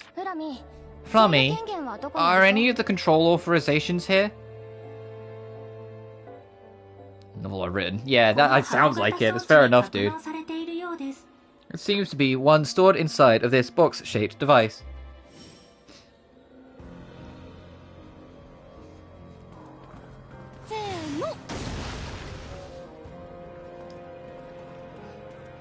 But I'm enjoying writing my second book. Even though my second book, like my second big one, doesn't like Demon of Zenelheim 2, or Inheritance, I'm calling it, I'm not ignorant to the fact that it's at least a little inspired by Strange Journey. Because it is going to have the gang go into basically a foreign, possessed, broken realm eventually. That's so alien to everything they've ever known, yet they're going to learn the hard way that a whole civilization exists within it. Which is very Strange Journey. Like, it's still going to be its own thing, and I'm excited to see what I can, like, where I end up getting to go with it. Because I'm still kind of early on. I'm still only in Act 1 of the writing. Because they've got to go to Gothita, which is like a state of land in Zenelheim that used to be a part of the whole country of Zenelheim, but became independent and is now its own, like, island country on the corner.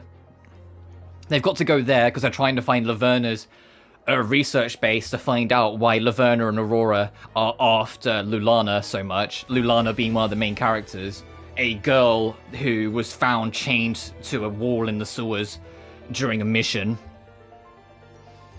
And then from there, they're going to learn about the Philistaphian Chronolich, which is a mechanical recreation of an ancient dragon that is being developed in Revapol, the northern snow region. And Act 1 will end in Revapol when it's revealed that it was all an effort to recreate a demon. A race of demon beings called the Vol from the first book that were believed to go extinct, and they're trying to artificially remake one, and one Vol will come into existence. The unveiling of the Vol coming back will be the end of Act 1, and Act 2 will be trying to find the pieces together to figure out what happened 2,000 years prior when the first book took place, to how they dealt with the Vol, aka the first book's crew dealt with the Vol, to find a way forward, which will then lead to the Korokobos is where, like, my Strange Journey influence comes in, because Korokobos is going to be this foreign land that raises up from the water, that has a hidden away, magical, demonic civilization hidden within, split into various sectors, ending in a giant zuggurat, which will then lead to the state of the world changing, because the Vol will grow in size where it's in artificial mode, and eventually that Vol is not going to be able to sustain its own body, where it's going to be so artificially built and purely handled with all the magic inside it, and literally detonate and destroy the entirety of Markzen, the country that the main character of this book, Ray, grew up in. Which is why there's a lot of side characters that I introduce in Markzen, so then once it goes off and, you know, all of them are now destroyed, it can really have the impact I hope it's going for, that, like, everyone that Ray loved is dead like that. And the one that instigated all of its development and focus is a character called Phyllis, who is Ray's youngest sister, who went missing 2 weeks before the plot started.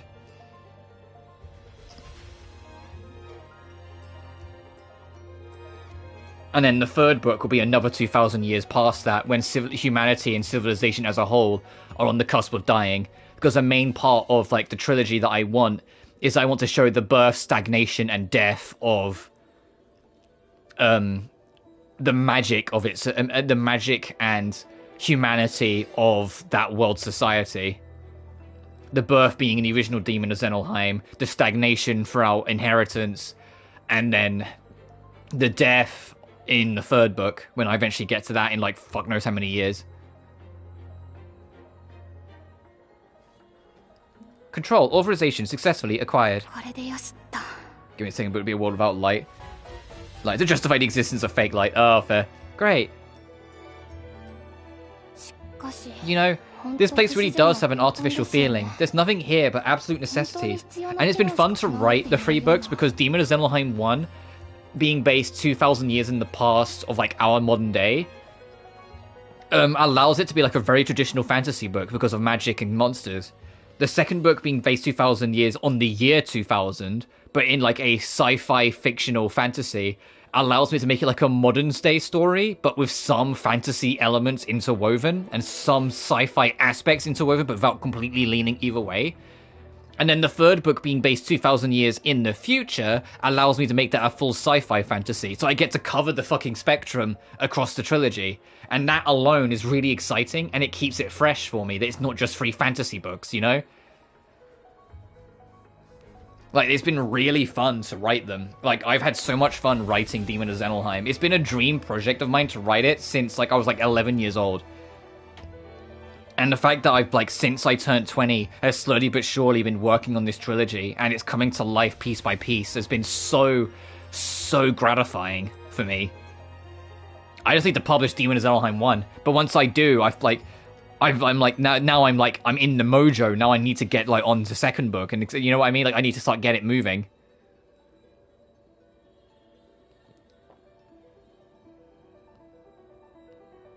Fantasy, some fantasy, yeah.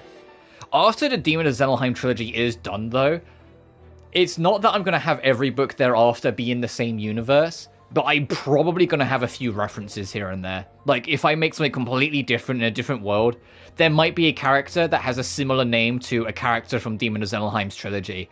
Or there will be a concept or something that, like, if you know kind of deal. Like, the Marks and Army of Demonic Suppression, or the MADS, because it's MADS.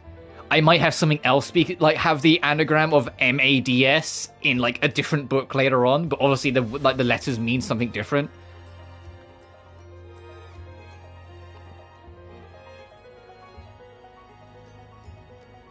So that's what being cringy as fuck. Maybe one day I'll make a fourth Mary and Vincent, but I kind of did everything I wanted to do with Mary and Vincent after Blood Maiden. Which, for those who don't know, Mary and Vincent was a trilogy of books I wrote before I got to, like, Demon of Xenolheim. It was Mary and Vincent the Witch Hunter. Oh, now I have to check. What did I call the fucking second one? It was 2018, so it's been a while. It was Midnight something. Midnight Slayer, yeah, because it was about a murder mystery of someone who was stealing children in midnight. And on random nights. And then the third one is Blood Maiden.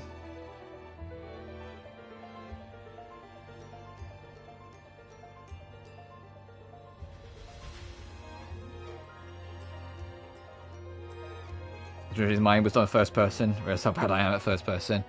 Yeah, no, I don't do first person, it's always third, but I do jump perspectives. It's something that I've been doing since literally the very first really shitty book I wrote back in, like, 2010. I like jumping perspectives.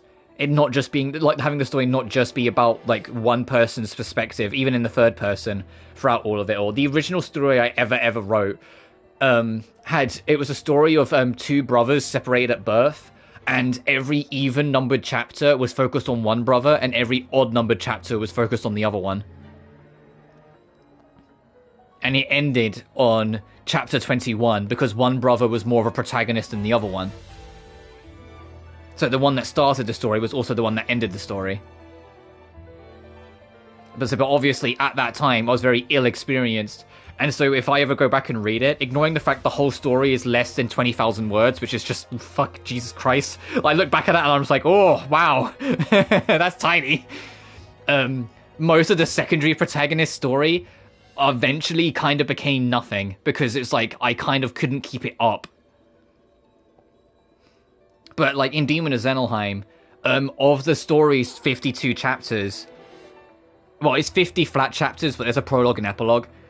There are 2 chapters within it where it breaks away from Azel's perspective for a while. There's a chapter where her and her sister go separate ways for a while, and there's one whole chapter dedicated to her sister's perspective and what she does. Like, it's one pretty long chapter, but it goes through everything. And then the main villain of the book, Amelia Charlotte, there's a chapter where it goes to her, and you get to see her, like, put all the pieces together of her plan, but in a way where, in retrospect, you can see what she's talking about, but when you first read it, you don't get all the details. So you don't exactly know what her plan is, but you know where she's going to be when things kick off. It was also introducing some of the other side antagonists, because at that point in the story, they only knew the main cast only knew them by name. They hadn't actually met any of them. So introducing them through Amelia having to talk to them was just like a fun thing to do. But it was just like one stray chapter, like 2 stray chapters in this 400,000 word novel.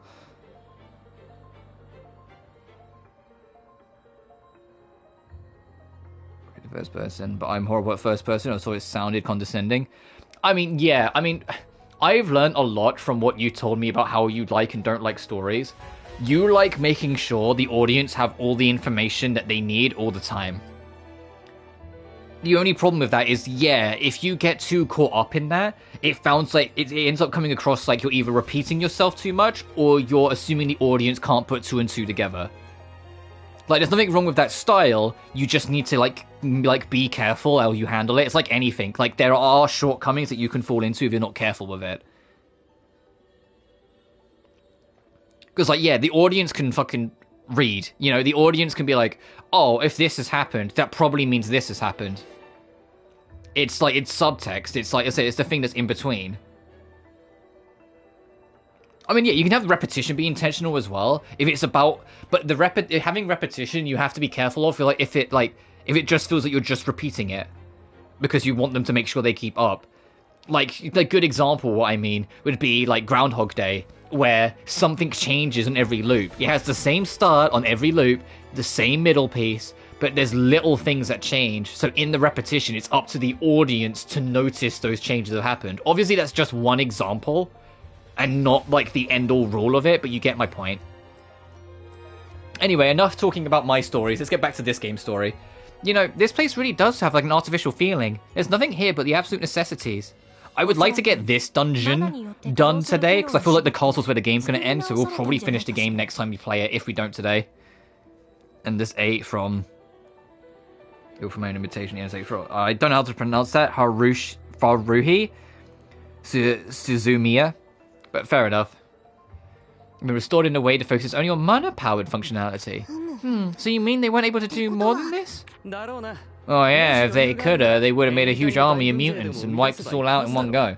I would love to, speaking of writing though, after I've done the Demon of Zelnheim trilogy, obviously I'm going to be in my 30s by the time the trilogy's done, because the first book took me 5 years, and I'm about to be 26, and I'm in the second year now of the second book, so it's like, by the time the third book's done at this rate, I'll be well into my 30s, but whenever that's done, I would love to write a murder mystery.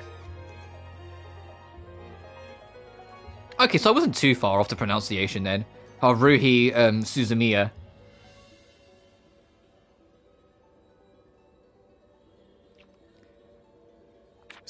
Let's hope there's some way to take advantage of that. Alright, one down. 2 left. The list of laboratories like a maze. If you would make sure you don't get separated from the group. There's something fishy about it. I hope something weird happens. Well, oh, that's just okay. Let's pick up. We've stopped talking about story. All at once. Yeah, I got it. Oh, that doesn't look friendly. It's approaching. Get ready.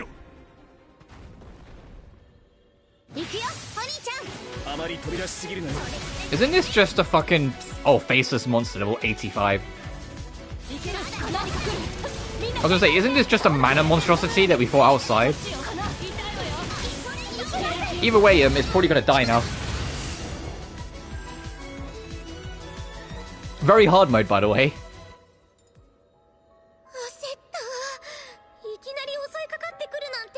That was scary. It attacked so suddenly. Why such a vicious monster hanging out in the middle of a research lab? Perhaps it was the subject of this research. I mean, I kind of get it. Like, this is giving me like Riser 2 vibes when you go and like explore like the secret labs and whatnot.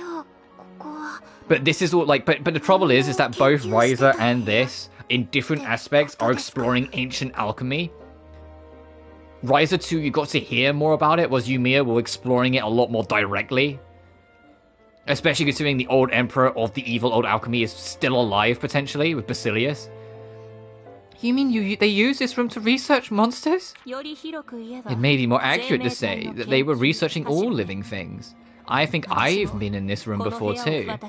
Homunculi like myself, mutants, they were likely all researched right here.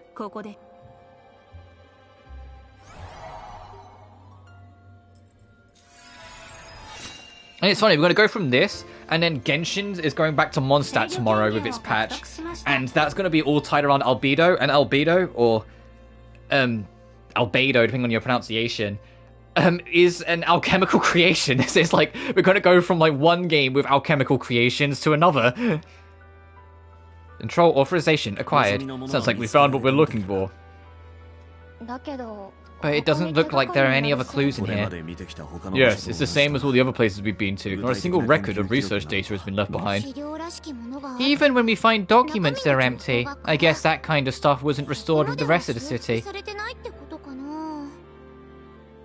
People. Nothing on mutants either. Man, what a letdown. I like it fills me with great pride when I give my story to someone and they figure out part of the mystery without me having to tell them, because it means that they were invested enough in my story to pay attention to notice the hints. So that's like, but it's also like, for me, I have the opposite problem. It's like I have to be careful not to make things too vague with the mystery, because otherwise no one will fucking get it. And once I drop the bombshell or give them the answer, they'll go, eh?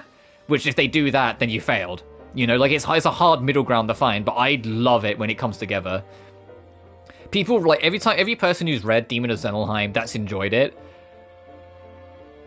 have been able to figure things out, like, bit by bit, but not get the whole picture until the penny drops at the end. And it makes me so happy when they go, is this about this? I'm like, hey, look, I'm not saying shit because I want you to read it. But the fact that, like, in my mind, I'm like, you figured it out?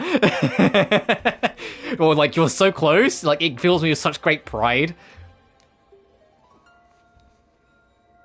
Hey, altering humans, just like what happened to Lady Borroya, right?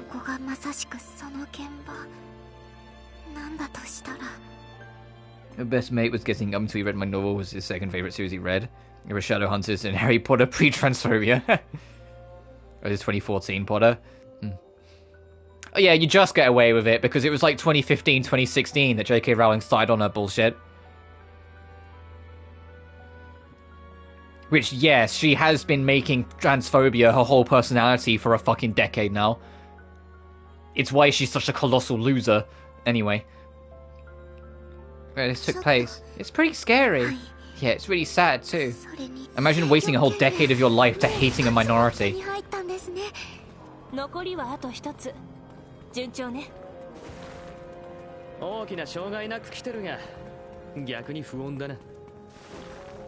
Is it gonna bring a lift up? Or down? Okay, it's gonna bring a lift up. Yeah, there's something above us. Also, you know what it gives away to me that this isn't the final dungeon? The sheer lack of enemies. We're just, like, learning about things going on here. We're going to explore around, find all the key pieces, probably fight Vesper, and then our Basilius is in another castle, and then have to head towards the actual final dungeon. I know, like, the lack of enemies can also be used as, like, build-up, but it's like, there's no, like, end game shit, you know? Like, there's nothing. It's just we're kind of working our way along.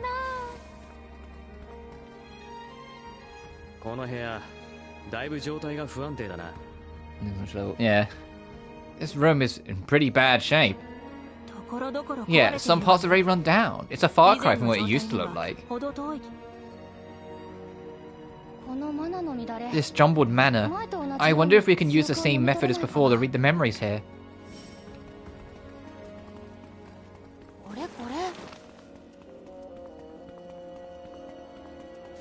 Oh, do you mean I need to use alchemy to rebuild it? If it's like the same as the jumbled memories? Absolutely. Alright. This is something I like. You have to actually have an elixir on you. There are certain things where the alchemical core or something is so broken, you have to, like, build the pieces back in using alchemy. And you have to actually have, like, specific things. Like, you need to have a bunch of elixir-based things, so you might have to even use Dunkelheits and shit. There's no quality restriction, but you do need to, like, have these ingredients, you know? Also, can you tell I've been busy with the alchemy of how many feathered veils I have? Make feathered veils. They're really helpful for alchemy. Oh, my headset's got staticky. 1 second, guys.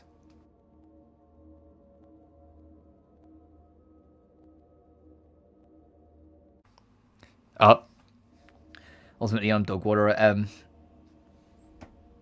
Appealing to an audience, and my work is genuinely valued as in depth in its verbosity. I mean, I think that's just something you feel out of experience, right? Like, you're never too old to learn, sort of thing. Lord knows I learned a lot in the Mary and Vincent trilogy, and I thought Mary and Vincent 1, when I first wrote it, was going to be the peak of my work. Now I look back at it and I cringe at some of it, because I'm just like, man, I've grown a lot since, like, 2018 when I wrote that. Okay, that should be enough to do this. Being awful at it. Yeah, but I still stand by the fact it's never too late to learn and figure it out. You just keep trying, try different things, try different approaches, and eventually you will find something. Doesn't matter if it takes another decade yet. You could be well into your 50s and still not be 100% sure, but you could still learn then. You know? Extraction successful. Your Majesty, I'm honored that you would come here direct. No need for the pleasantries. Get to the point. Of course. The current phase of development for memory compression technology is approximately 90% complete. We're preparing to begin phase 2. Experimental production of the almighty memory vial will finally begin, although there are still many issues. Such as... the collection of the Aladisian technology and knowledge. Though it's a simple task, we've encountered many difficulties. We've requested assistance from research labs in other regions, but covering everything will take a considerable amount of time. I seem to recall hearing the same thing half a year ago. For instance, we were to reduce the scope of data collection. I believe it may change the outlook, but as things stand now, no. There will be nothing of the sort. You are to record all of Aladis's technology and knowledge. If the almighty memory vial is not full, I will not be able to complete my recollection cocoon. There's new forms of stuff like Frozen shirts, even as a kid. Fair enough. I still, I'm not shifting from my stance, but I feel like you're never too late to, learn new perspectives and figure it out. It can take a long time, and everyone takes things differently, but it doesn't mean some things are suddenly beyond you and impossible. If there's a new way that you wish you was better at, just keep working at it. You might not figure it out now, you might not figure it out this year or this decade, but you can still keep trying, and you never know when you might.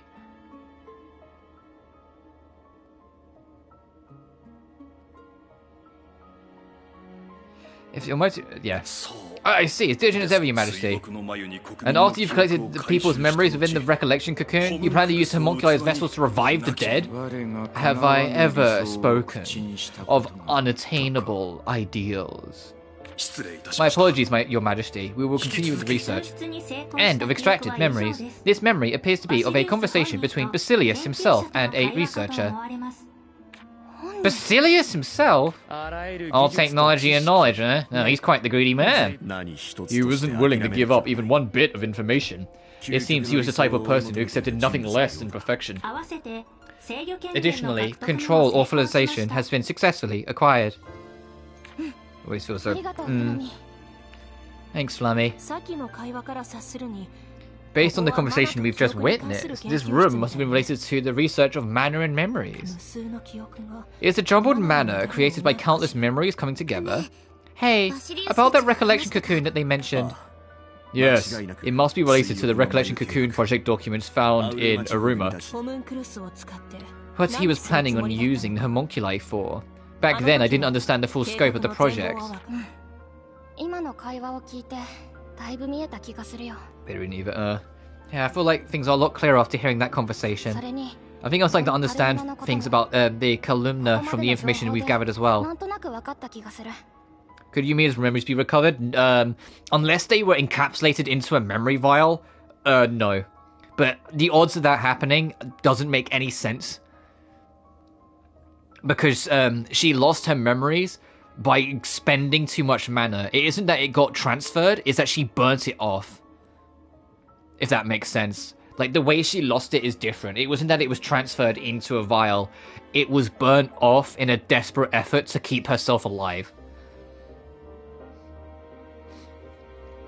To quote the Welix Elder, when she was explaining it to Yumiya how she lost it, she said it's like trying to recover a drop of nectar after it's fallen into the ocean. That's how it is if they were to try and recover Yumiya's memories of her mother. It ain't happening, is what she's saying.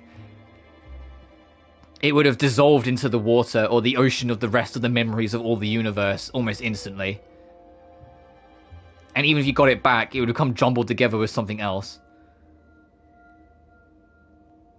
Flash to human. Yeah, but I guess it's a little different. A little different, your memories versus transferring her soul into a doll. Because her soul still existed with her memories with Plachta, whilst a chunk of Yumiya's soul has forever been burnt off. Like, that's the difference. Like, never say never, but at the same time, I think it's one of those things where the point of the story is Yumiya finding her own 2 feet without relying on the memory of her mother. Like what? Like how Kalumna going to the state it's in right now. I think that the restoration of Kalumna was based on Basilius' memories of it. Based on his memories? What does that mean? The theatre, Nina's house, and this laboratory we've seen a lot in the city. And the whole time we've been wondering why places have been restored more than others. Yeah, Basilius only remembers the key locations because he's tried to rebuild it from his own memory. So details in between are lost. Yeah, but like I said, the thing with Yumiya's memory is that not that it's lost but could still somewhere be in her subconscious, it's completely burnt off. It's burnt away, it doesn't exist anymore. It's not that it's lost, it doesn't exist anymore. Which is why it was such a hindrance to her. And why it's very unlikely they'll get it back.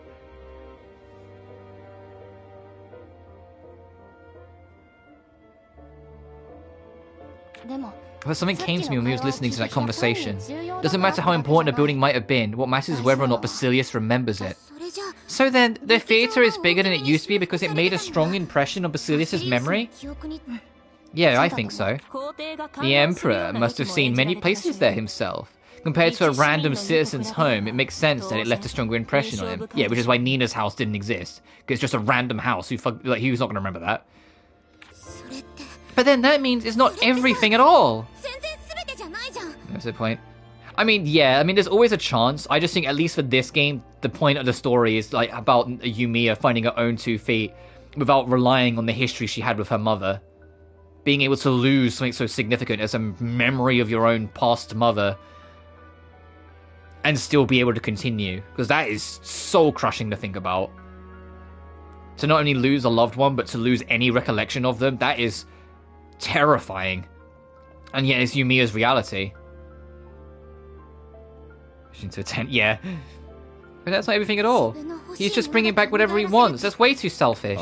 You're right. Does he really think he can be called a resurrection? As long as his ideal nation comes to fruition, I guess he doesn't really care about individual citizens. Yeah, there's no way anyone would be happy with an Aladis that was brought back like this. It just reinforces how vital it is to stop him. I mean, she doesn't know it, so it's not worse in that sense. The only trouble is, her whole sense of purpose for doing this expedition was to try and prove her mother innocent and alchemy as a whole from her mother innocent. And she lost that, so she felt purposeless for a while. Like, she didn't know what she was doing, she was just doing things automatically for a while afterwards. Like, she didn't have that reasoning and purpose and drive to do what she wanted, and it eventually started to depress the shit out of her, because she had no drive to do anything. Fading. And the thing is, even if those core memories fade, the emotion it gave you will persist. At least that's what I believe. I don't remember everything about my Uncle Jim, because he passed away when I was like 9 years old. But I remember that joy and happiness I had being around him when I was little. You know?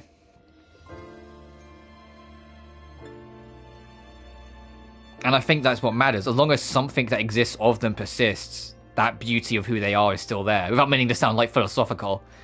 Just reinforce how vital it is to stop him.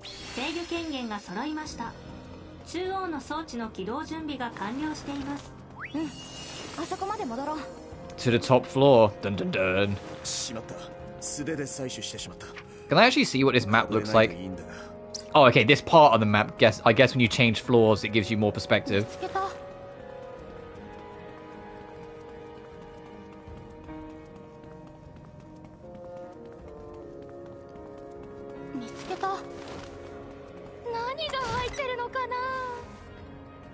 The anger isn't as visceral.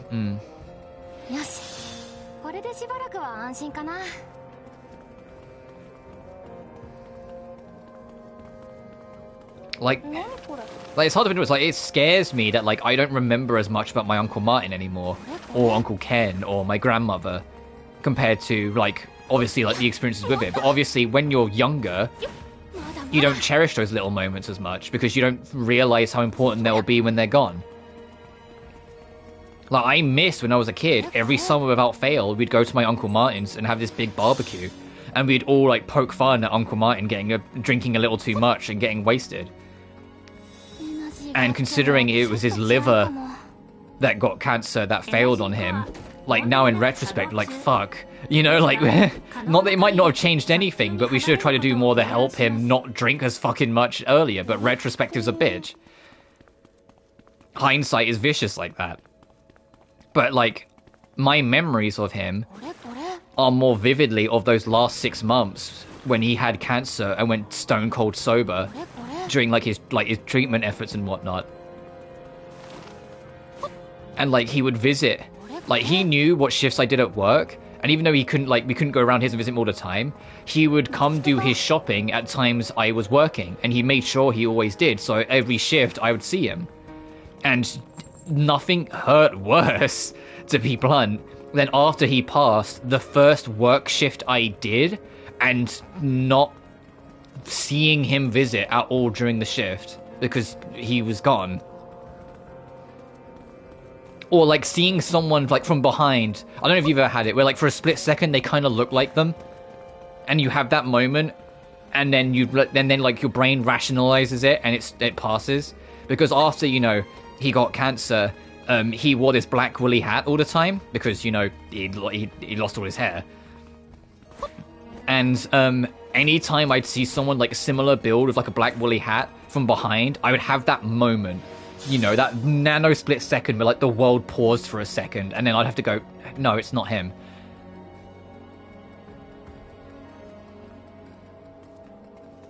Uncle Ken I didn't know as well, which is kind of what hurts as well, because I don't remember him as much. Because he lived in Australia, so I didn't get to see him all the time. And my granny was like... There's a small part of me that regrets it, but there's also a small part of me that's glad. I didn't see my grandma that much in the last 2 to 3 years of her life, because her decline was constant, if that makes sense. And, like, there is a part of me that wishes I saw her more and was more willing to do it. But equally, she was losing who she was more and more, and I rather selfishly just didn't want to see that. I just didn't want to see it come to life, so I didn't. And after she passed, I get to hold the memories of who she was before that happened. But at the same time, there was good 2-3 years where I would talk to her over the phone, or see her in passing, but I wasn't really visiting her, you know?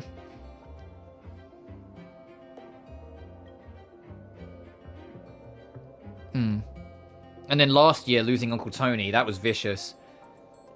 Because Uncle Tony, he was a twat, but he was our twat, if that makes sense. Like, Uncle Tony was the epitome of the kind of bloke who always felt like he had something extra to say, and sometimes it was just like, please, Uncle Tony, you don't need to say anymore. And I don't mean that in, like, a horrible way. He wasn't deliberately set out to be to be mean. It was just like, if someone had gained weight, he would mention it, and he'd be like, you don't need to fucking say that, Uncle Tony. Like, he wouldn't mean to be insensitive, but it'd be like, oh, you've put on a few pounds since the last time I saw you. Just like, don't fucking say that, Uncle Tony. And he was a bit of a hoarder. Like, he had a lot of, like, gizmos and gadgets and shit that he was never going to use ever again. But he kept them anyway. Like, there was a lot that had to be, like, sold or moved on after he passed, unfortunately. And what was funny is on Google Earth, I don't know if he's still on there, but at least, like, after he initially passed, you could still find him for a while. Google Earth, he's on it. Because he was doing, like, he was getting, like, the paper from, like a corner shop, and you can fucking find him. Like, the van that, like, takes the images for Google Earth passed him by as he was walking home from the corner shop. So he's on the fucking Google Earth, and it's like, it was really funny for a while, so you could just go find him. I don't know if he's still on there, because I don't know how often Google Earth's, like, map generating thing updates. But he was still on there initially after he passed, because we included it in, like the photo book at his funeral, because it's just funny. It was a nice, like, comedic thing to just kind of have included with everything.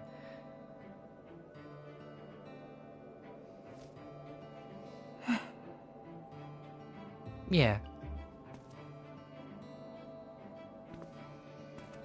But it's why last week I was quite quick to take time off when my granddad collapsed. He is doing better now, but like it was scary for a minute, because it's like we know he has arthritis. We know that he had a big hip operation. We know that although he won, he has had cancer in the past. And we know that he is getting slower in general, and he's a man approaching his. I think I say before he's 80s, but he's technically not 80 yet. He's just very close. He's like 78 or 79. And so when we heard that he collapsed, like yeah, I stopped everything because I wanted to make sure he was okay, and like we weren't about to lose him as well. Which I know is kind of morbid to think about, but it's like no, that was a genuine thought that was kind of shared among all of us. It's like. But no, the hospital have got him, and he's doing a lot of physiotherapy. Similar to my grandparents, yeah. Like, the thing is right now is that his legs aren't working properly, which is why he's doing a lot of physiotherapy, and the hospital are keeping him.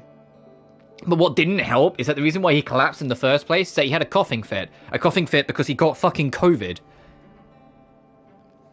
Like, when they got him in the hospital, it's the first thing they figured out with him, and they checked with him. No, he got COVID, and that's why, like, with everything else on top of it, fucking COVID on as well. Like, yeah, no shit, I'm not surprised. He had a coughing fit, and it made him just get weak enough to lean forward, and then he kept leaning forward, and then you can figure out the rest. So they've kept him. He's recovering well, and so he's got physiotherapy because he's lost a lot of strength in his legs right now, so he needs to go through that to kind of, like, get that back in way.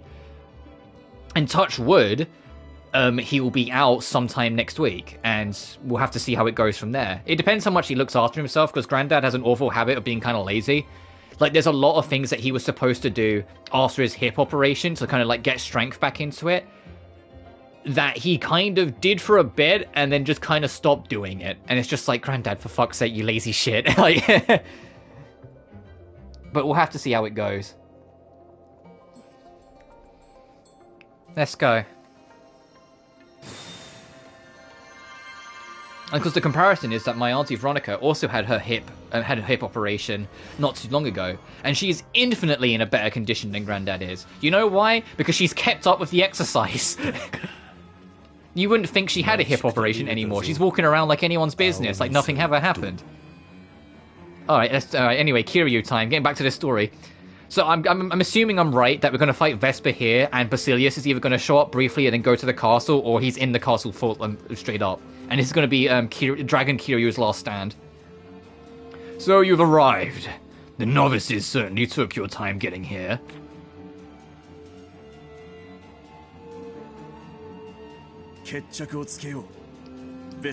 Yeah. It's time to end this, Vesper. We won't let your plan go any further.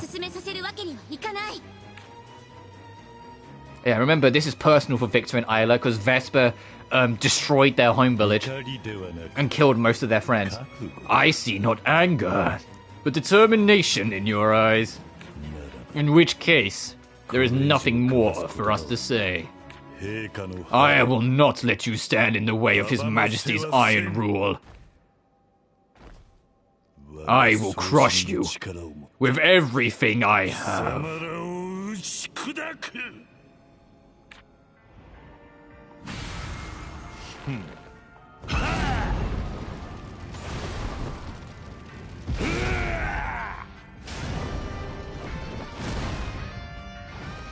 Hello, music?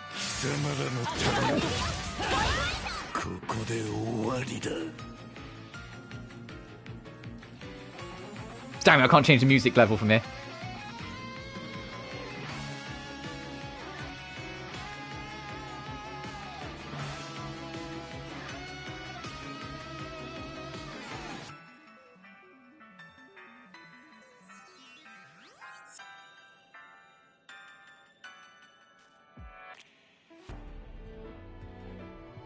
Whoa! Aggressive start and then kind of mellows out for a second. Alright, Vesper, let's see what you got. It's subdued.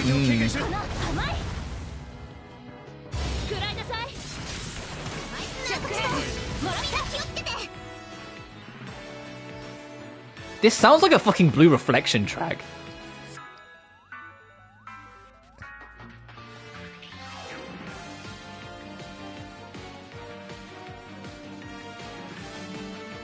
Yeah, this almost gives me like Blue Reflection vibes.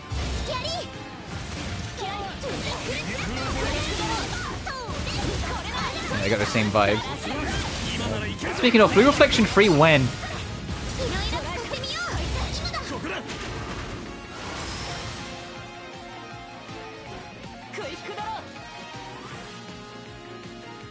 So I keep on pausing because I'm listening to like the riffs coming. This track is really interesting. It's very dynamic too.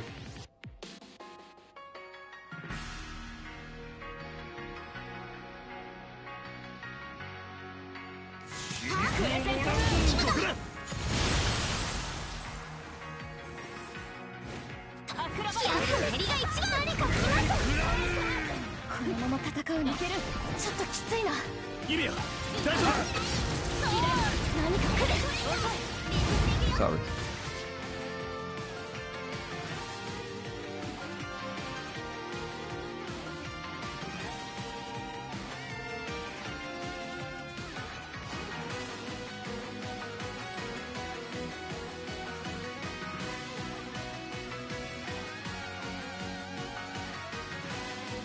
It's surprisingly optimistic as well.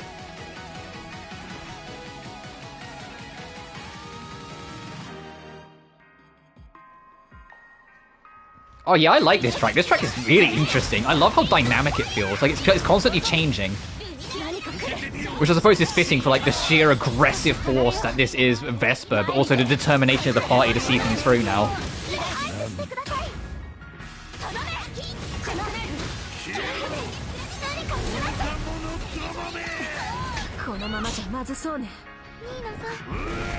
Hey, push yourself, Miss Nina.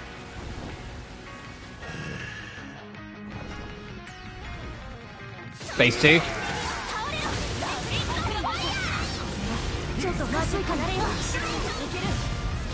Oh, that's cool. I'm loving that the camera work is pulling away from Yumia, so you still got to dodge and be involved, but you actually get to see the track.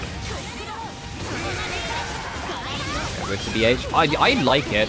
I think I like it because it's dynamic. Like, it could have just gone all in on the chaos rock, but the fact that it's decided to be like a little bit of piano, a little bit of hope, a little bit of like power here and there. Like, it's a very fucking interesting track.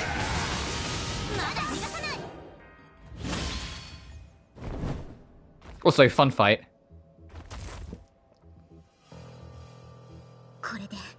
This is it. Specific boss. Well, no, because it's not about Vesper. The electric guitar and whatnot's tied to Vesper, but the rest of it is to represent the determination of the main party and how much they've grown, that they're no longer scared of Vesper like they were at the start of the game. They aren't scared or deeply enraged or lost their way. They're a focused group determined to find answers and have the ability to now face him head on. The music's more about the fight, not about the character. Not about Vesper, it's about the fight as a whole. This is it. I won't accept this. This can't be how it ends. We're different from the likes of you who cling to the past. We're going to keep moving forward, leaving you behind. So this is how it ends. For relics that belong to the past. Your Majesty. I'm sorry. I couldn't stay with you until the end.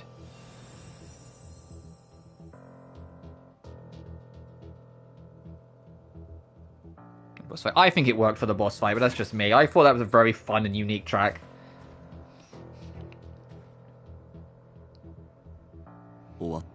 It's over. No, it's not. This is where it starts. You're right. Yumia?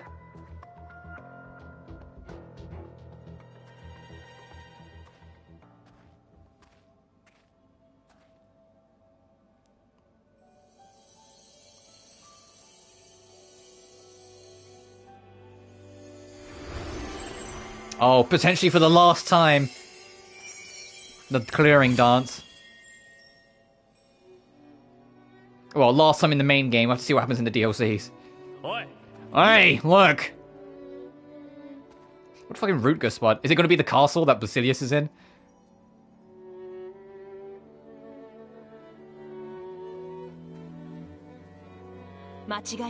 There's no mistaking it. That's Lacuna Castle. The Emperor's Castle. Trophy unlocked, the World Traveler. Unlock every landmark. Ooh.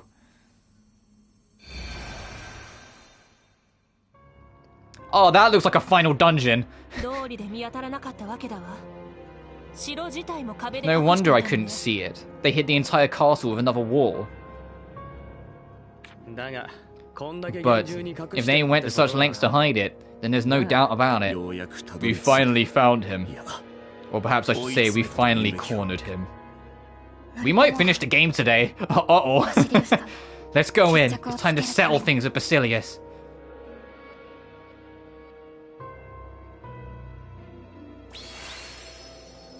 Okay, we've got the ominous build-up. Lacuna Castle.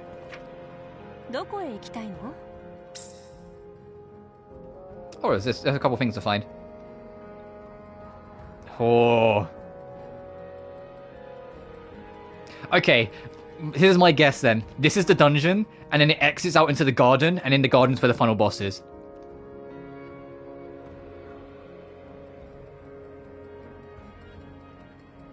God, yeah, I love like the build, like the atmosphere in this track. Let's go get these question marks over here.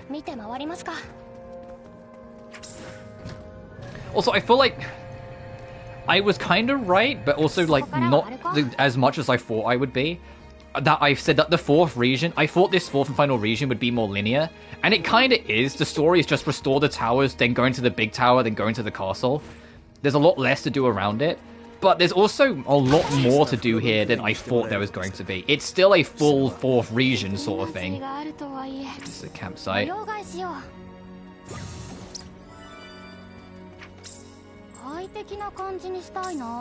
Can I?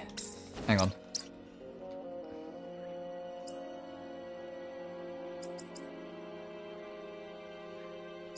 Oh, Vesper 2. Oh, no, it's a remix. Passing Shower Reprise for the Vesper tracks. Hang on. So this is like the one we fought in the first time.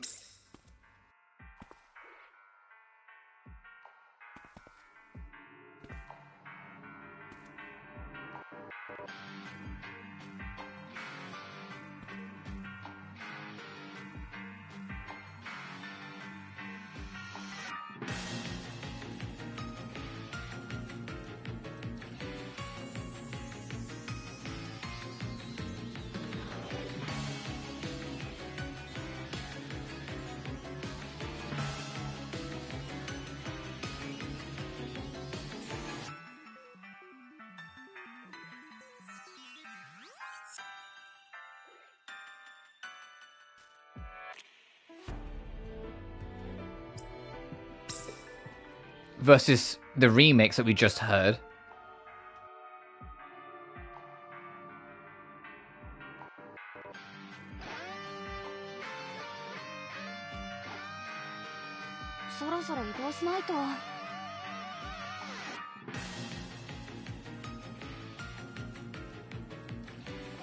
Oh yeah, you can kind of hear like it's an upped like tempo, and the guitar's a lot more pronounced.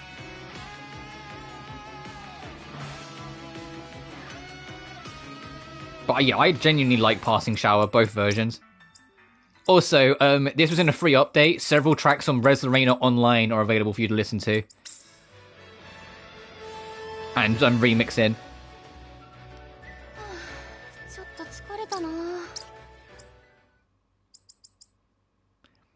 I'm curious about the final boss theme, though.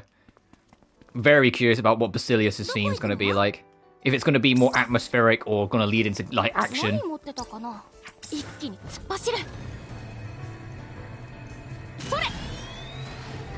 I'm not expecting it to be like a full-blown song again, because like, I feel like that era of Atelier's past, I don't think they really want to do like songs for final boss themes anymore, which is a shame because I love them, but I also get them wanting to do other things.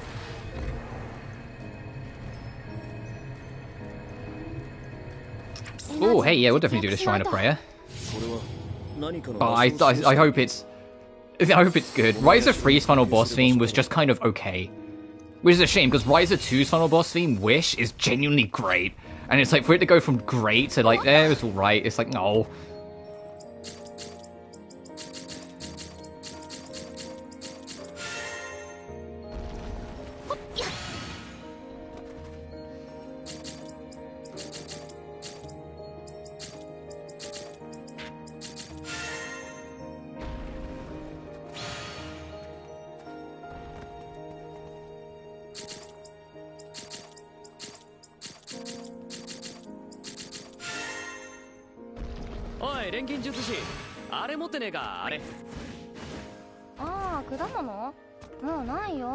You got any more stuff? Oh, it's gone. You ate it all. $95%, huh? There's no other question mark blocks I can see. Alright, let's head towards, like, endgame.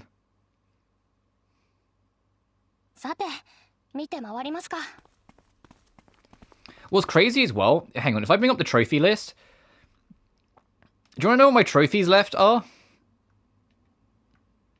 Let me, like, clear out all the... Right, the trophies I've got left to do for the platinum, right? I've got beat the game, 100% this region, 100% all regions, so both of them should pop together. Max out the skill tree. We have one skill off, ignoring the ones that get added after you beat the game. Unlock every recipe. We have all the ingredients to do that now. And then defeat the final boss.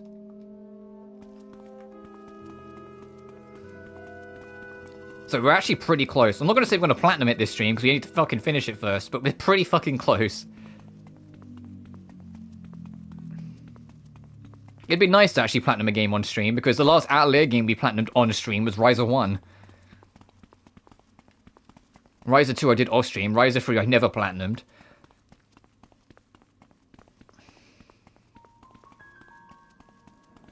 And all the rest I just, I usually move on before I like really get too into it.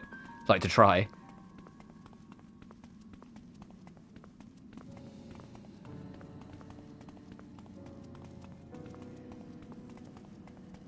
I love this ominous as shit piano, by the way, that's building up as we approach. So I was just resetting chat to make sure no messages get fallen behind. That's a warp, so we can warp here. What we got here? Guardian stones, huh?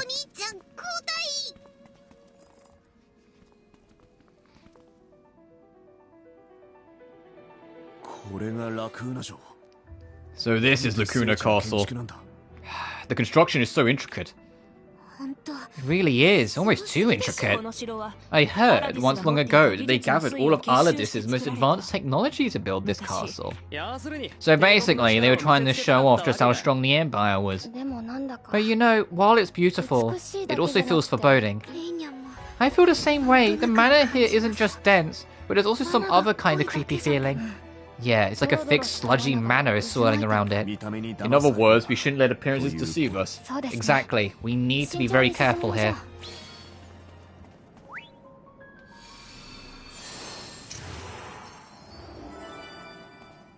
Fast travel point added to Lacuna Castle, floor 1. I see you. Okay, so there's definitely going to be more here as we go. I'm guessing that's going to be like floor 2 and like floor 3 then. The warps. I wonder what's like in all this like open space. Like it's weird for the game to suggest there's nothing there.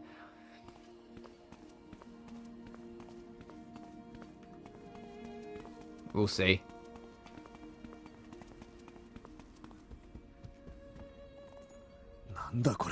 What is this? It's like mana is flowing throughout the castle. Even we can feel it. It's truly an unsettling feeling. Did Basilius do this? Probably. Ah, makes sense. We're in the middle of his domain now. Still, he's not coming out and attacking us. Yeah, but still, we shouldn't let our guard down.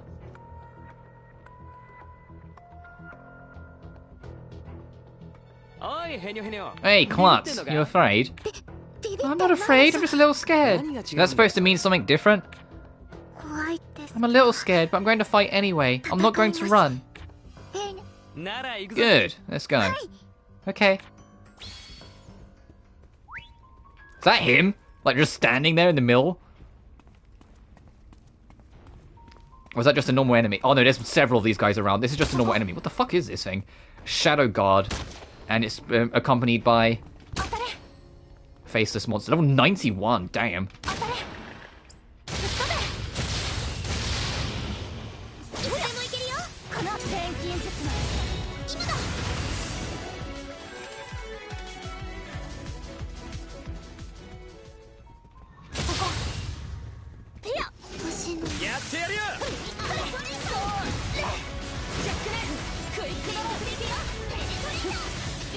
I like these enemy designs.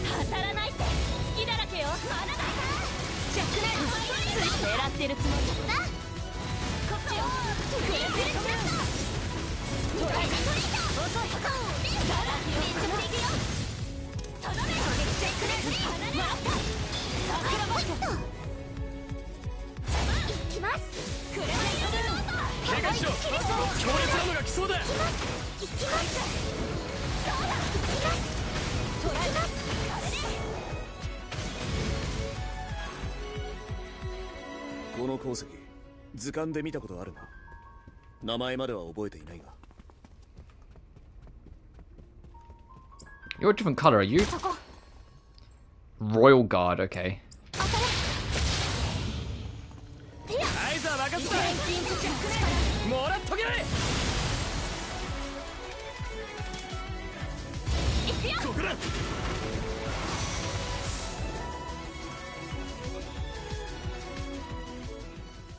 Oh shit.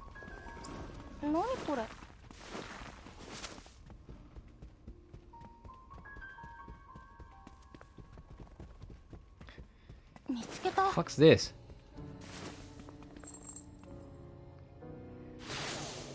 Oh, you need to spend energy to break it. Interesting.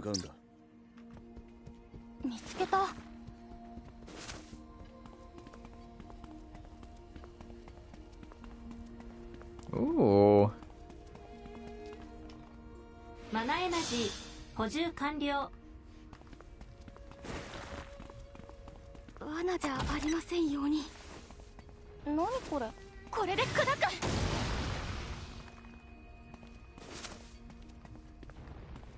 Oh, this piano is fucking gargantuan.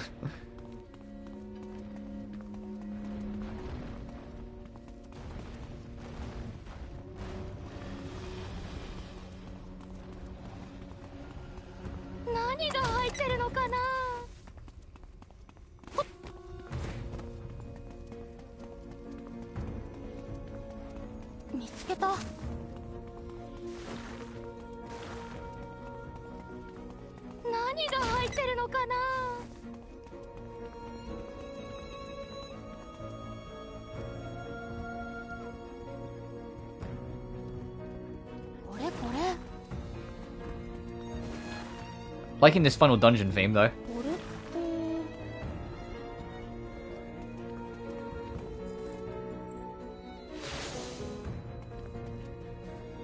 Oh, this is like a full... This is like fucking exploring Hollow Bastion in Kingdom Hearts 1. This is like a whole fucking thing, huh?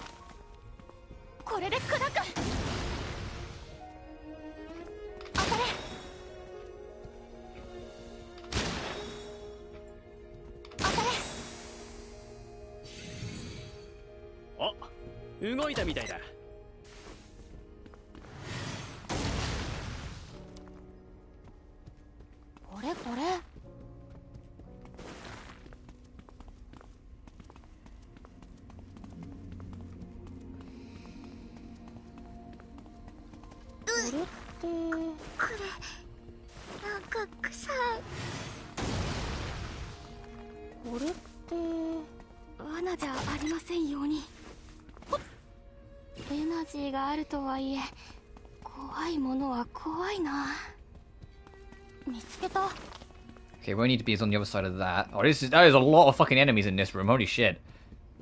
何これ当たれ Obsidian core level 91, damn. 何これ I'm curious what level they actually expect you to be from here. I'm assuming it's like 90s by this point. Maybe not level 100, but around the 90s.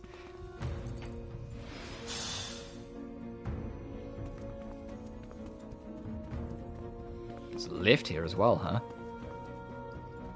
Does this circle back into the main room? It does, okay.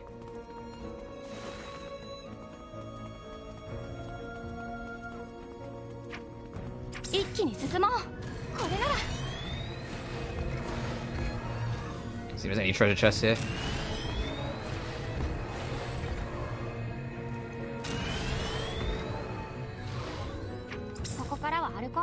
Like here. Or it needs to be repaired.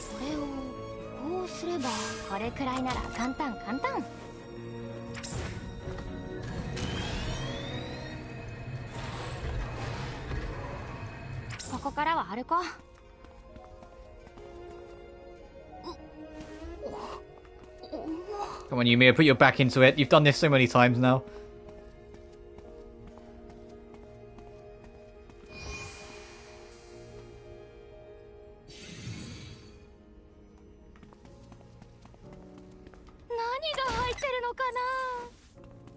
Ooh, 3 grand organs. I'll take it.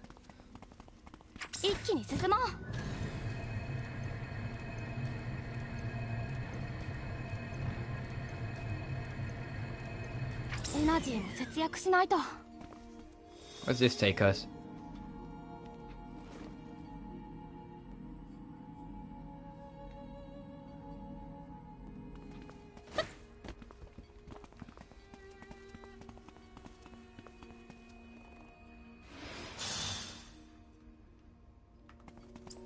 Oh, that's another variant. That's a yellow one. The docile level 90 fucking 5. Holy shit.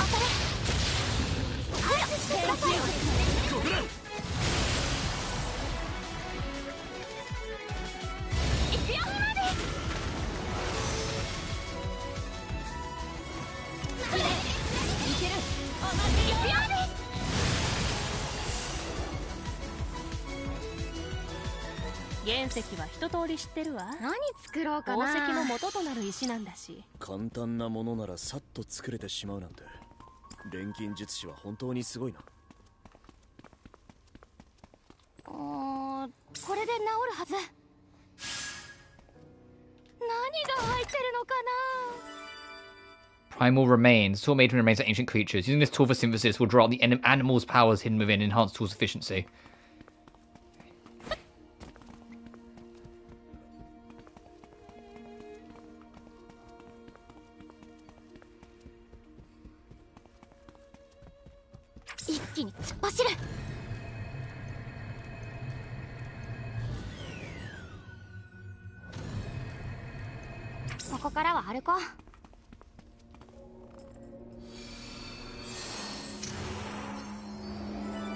Floor 2, alright.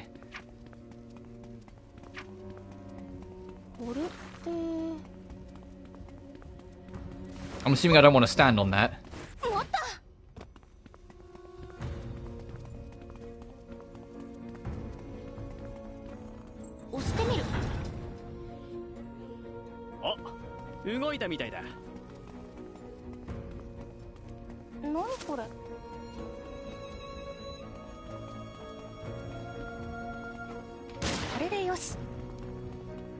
Oh, it should be worth emphasizing for the record, I have no fucking idea how we're getting back. I've just been running. I am a little lost in here now, but we'll figure it out.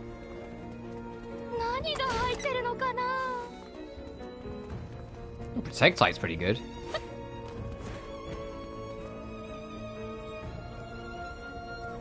Okay, so that room's just completely inaccessible to us.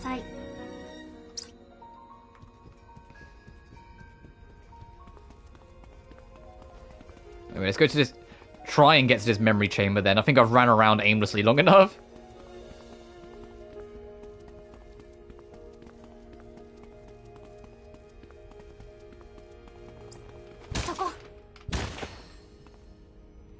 Continental lifter. Okay. 見つけた。 Oh, there's a lot of you guys. そこ。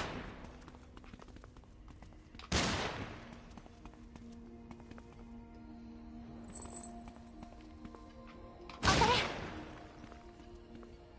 Oh, that is out there. Holy shit. 何が入ってるのかな。どれにこれでいけるはず。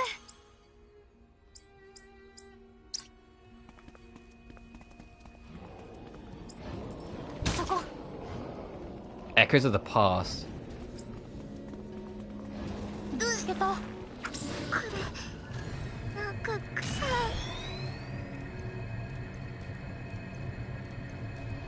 い。エナジーも節約しないと。何が入ってるのかな。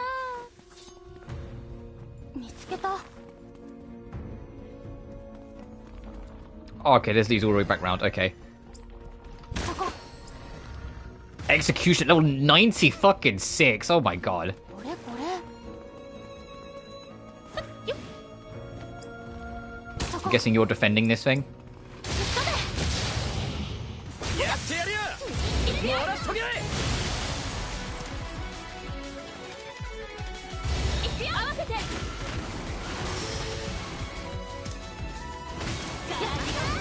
かな。 Yes.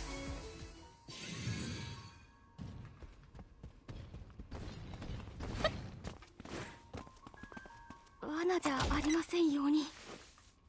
そりゃ。 Oh, I just realized that they've deloaded some of the main country from here. That makes a lot of fucking sense. バシリウスが You can't access it anyway, so don't why make it not be available. 全貌がつかめるね。 Oh, I'm guessing it's the any path up to the third floor we can't get to now. 真実を解き明かそう。 That was a silly fight. Oh, absolutely. Let's go here 二人とも and then start heading towards いいけど the objective. 走りすぎないようにね。 Because I think I know the route. 敵の反応を感知。 This is a cool final dungeon, though. There's actually like layers. There's a lot of different enemies. All of them are like level 90 plus. So it's actually dangerous. もう遅い。レーニャはまだまだいけます。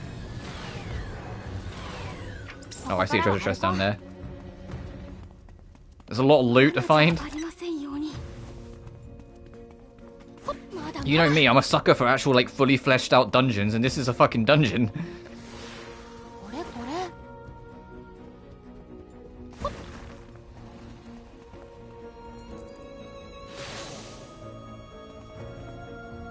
Fuck. この部屋 The air in here feels so heavy. だよね。 Yeah, what kind of room is this? What is this device? Is this for making memory もしか vials? して 見覚えはない。 I've never seen it 形状 before. からしてそ But うで based す on ね its shape, I would imagine ご so. く最近 There are まで also 使われ signs て that た it 形 was 跡がある used very recently. バシリウスの野郎 By が that 使ってた bastard ってことだ。 Basilius, right? フラミ Flammy, are the contents of the memory vials here 中 intact? 身も無事で So sick. Yeah, I love the 読み design. 取ることが可能 Yes, で they す can be accessed. さすがにここのは無事だったが。 So at least one in here works. Okay. Lenya, I think Lenya was a little too to the right there for a second. よし Alright, maybe we'll find some new 何か clues 確 here. 認します。 Checking now.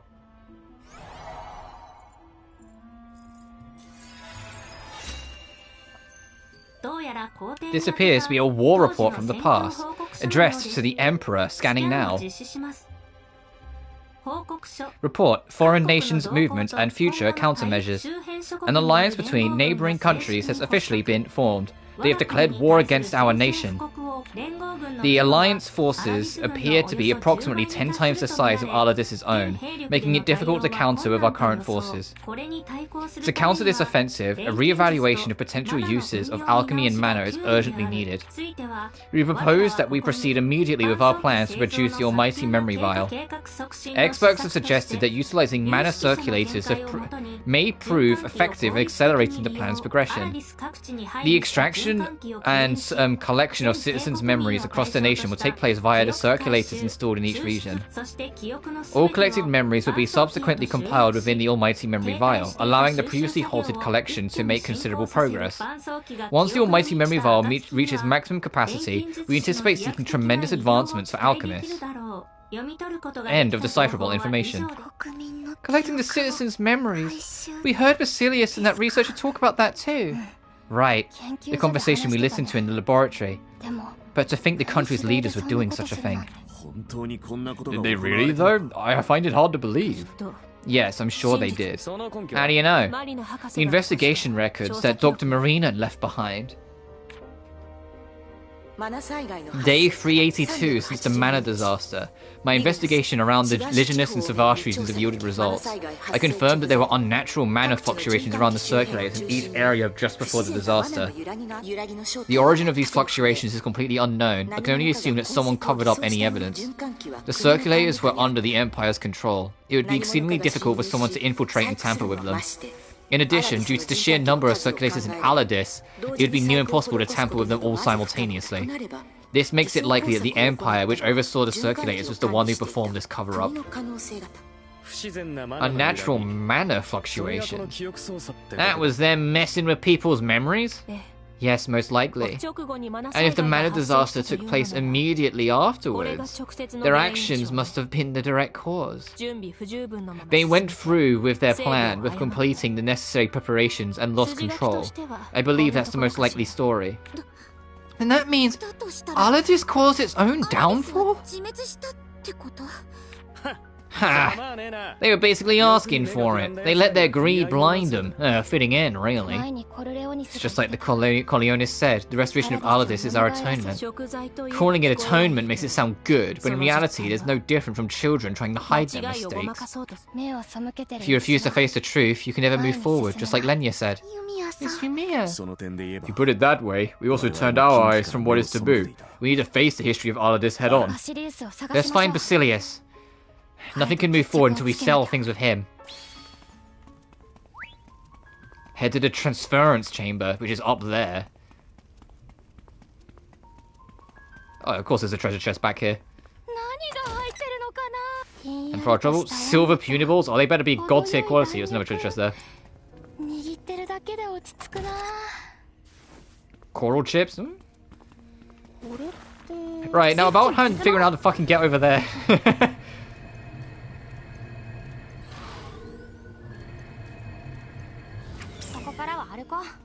Oh, there's a treasure on the other side as well. There's loot everywhere. More silver punibles. I feel like I'm not going to find everything even if I try. Gold punibles.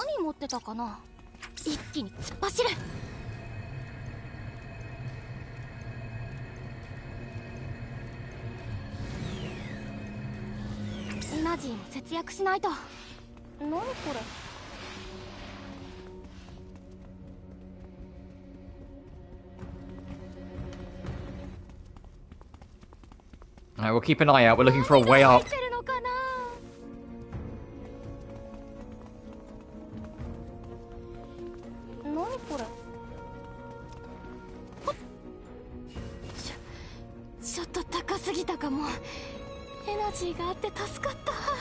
Where's this go?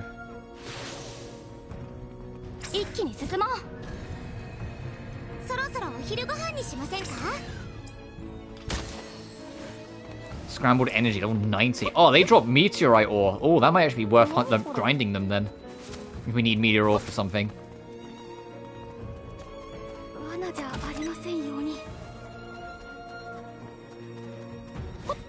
God, this final dungeon theme. I love this final dungeon theme. I love the atmosphere. It's building and building and building. It feels like we're in a forbidden castle, which, yeah, we are. And the place is fucking huge!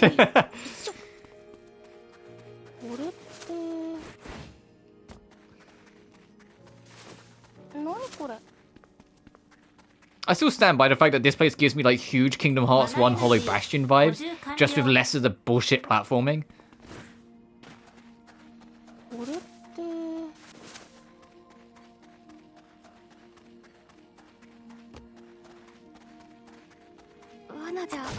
What would you even do with a castle this big, for fuck's sake?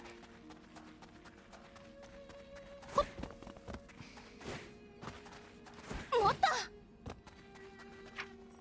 どこ行くの？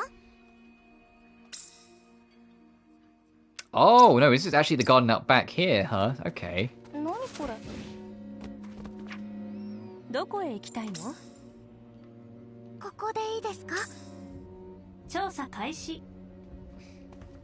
Oh, fucking found it. That's okay.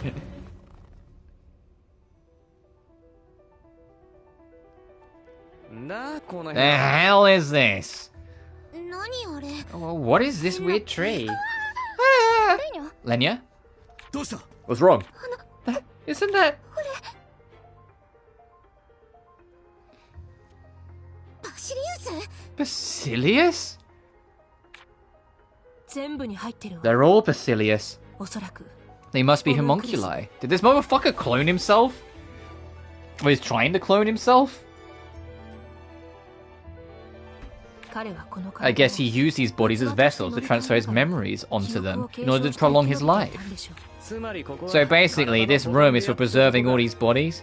He did all this to keep living. 全てを He wanted everything. He wasn't willing to let go of his own life. 何度も体 So he transferred bodies over and over, keeping only his memories set, to stay alive until now. それって本当 Can we に really even say he's still 同じバシリウ Basilius? スって言える？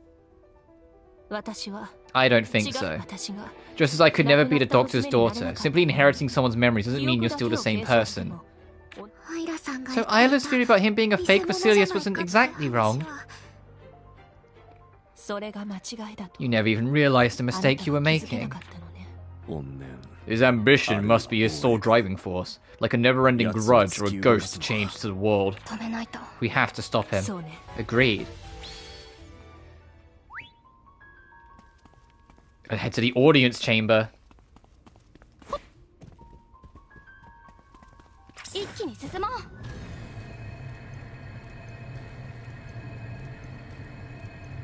この鉱石図鑑で見たことあるが名前までは覚えていないが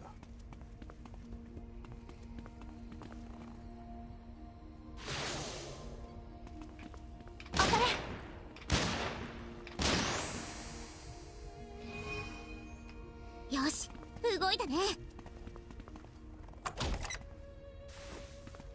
Chips. 見つけた。 I'm glad you don't need to find every treasure chest for 100%. You only need to, like, find every landmark. I'm so glad, because, oh my god, this dungeon alone, you'd have to, like, have a guide ready, be like, alright, there's this treasure chest, and then there's this treasure chest, and then there's this treasure chest. Like, come on, there's like a million fucking treasure chests in here. いっせーの。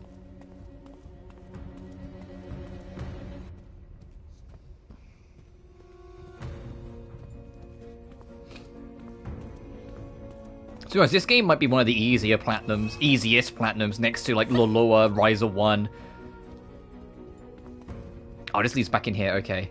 And from what I keep on getting told, Sophie 1 apparently is actually a pretty easy platinum once you know what you're doing. I need to figure out a way to get higher.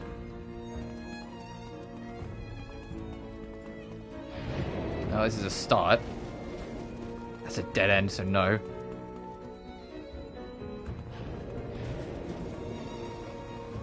何持ってたかな。一気に進もう。これなら。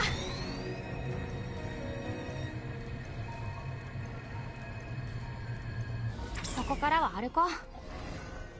Okay, it's just one big circle, so we need to find somewhere else. 一気に進もう。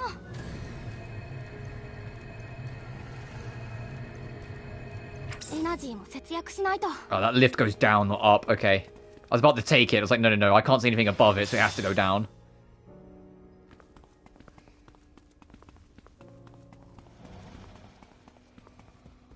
Nothing in here. 一気に突っ走る。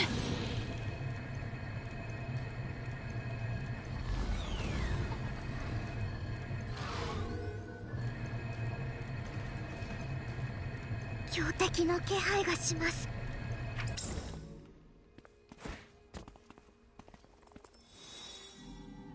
Oh, this is taking us up. Alright, found it.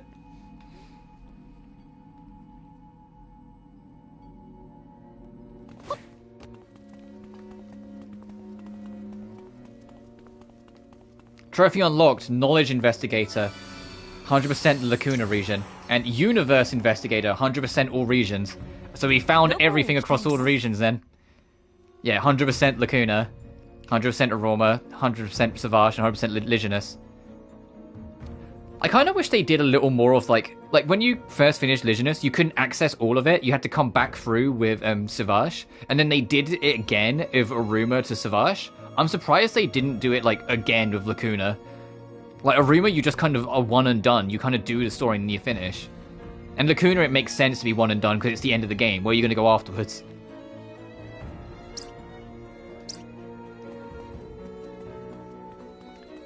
Alright, but now, are we going to have our final boss now, or is there going to be another room to go to afterwards?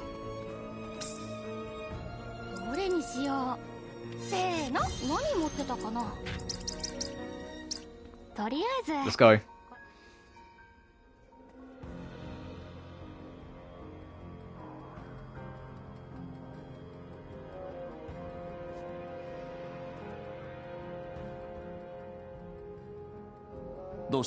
What is it, Yumia? There's a tremendous amount of mana swirling up ahead. So he's here. Lying in wait in the deepest depths of the castle. Heh, once an emperor, always an emperor, I guess. It's not a trap, is it? He's going to try and trip us up. He's had plenty of opportunities. Indeed. It seems he's ready to settle this for real, here and now. This might be the point of no return. It's been a long time coming. That might be that. Yeah, this might be the point of no return. That like once you carry on, you're locked into the ending of the story. Yumia, you ready? Once you proceed past this point, you'll be unable to turn back. Let me prepare first. Okay, yeah, this is not quite. Let's make sure we're completely prepared. We don't know what we have in store of us. Yep, this is absolutely the point of no return. We're about to go do the final boss. Let me fucking save. And secondly, let me go use the bathroom, and then we will finish this game. I wasn't expecting to finish it today, but yeah, give me a minute.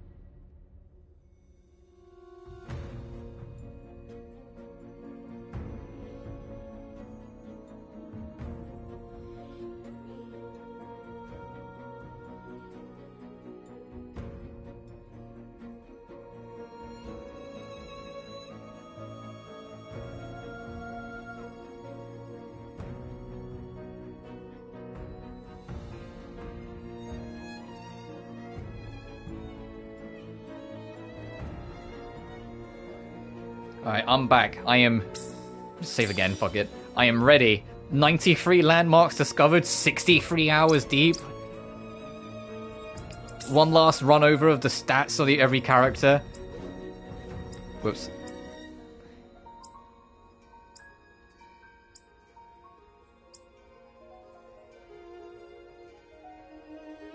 In fact, I'm also back, yeah. Alright, I'm ready. Let's go do the final boss.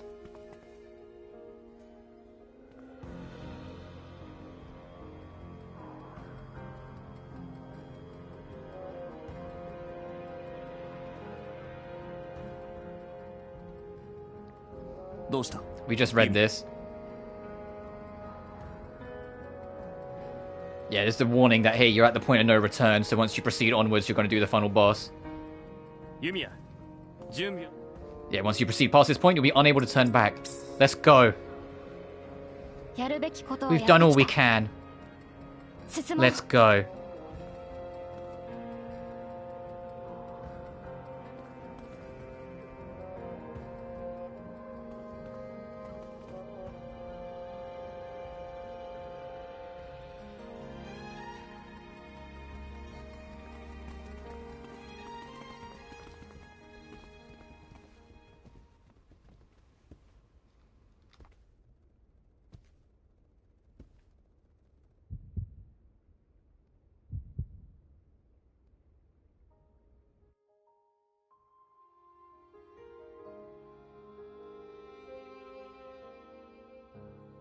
お母さんの記憶をなくして、私の元には錬金術が残された。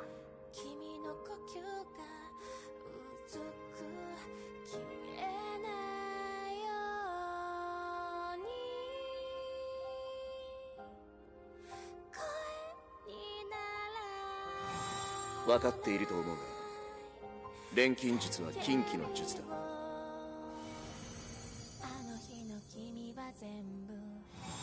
手伝ってくれてありがとう。助かったわ。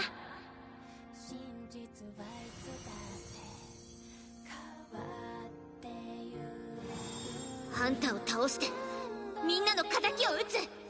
私たちはそのためにここまで来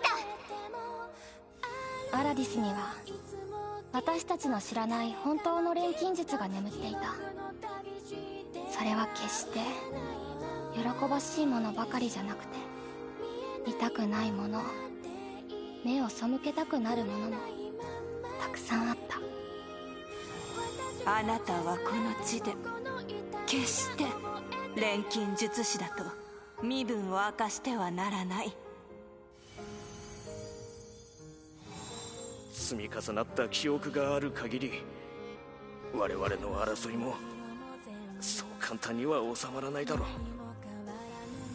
Sorry, I don't want to talk over any of this. This is cool. ねえ、返してよ、私の体。それでも錬金術が好きだって思えた。本当の錬金術に向き合おうって思えた。新しく学んでいくことならできる。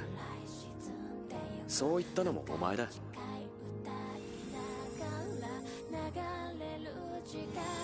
仲間としてこれくらいは僕らにも手伝わせてくれないか。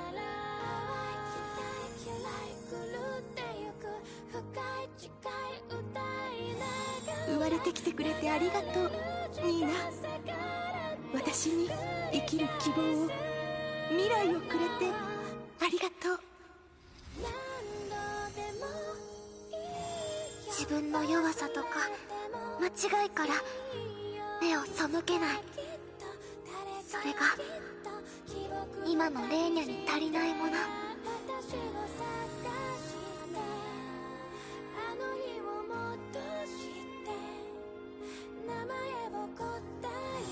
私は前に進みたい。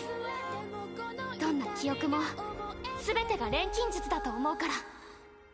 誰かに示された道じゃなくて、自分で選んだ道を進むって決めた。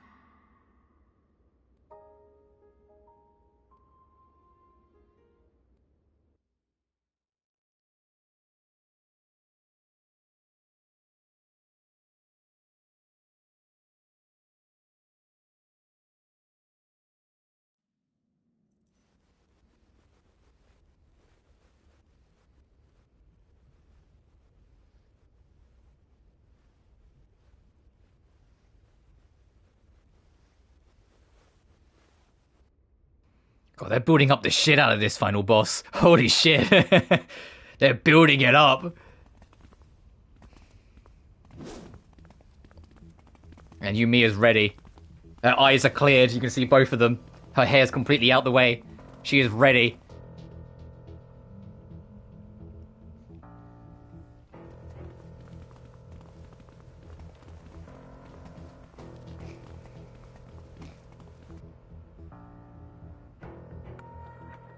Hello, Basilius.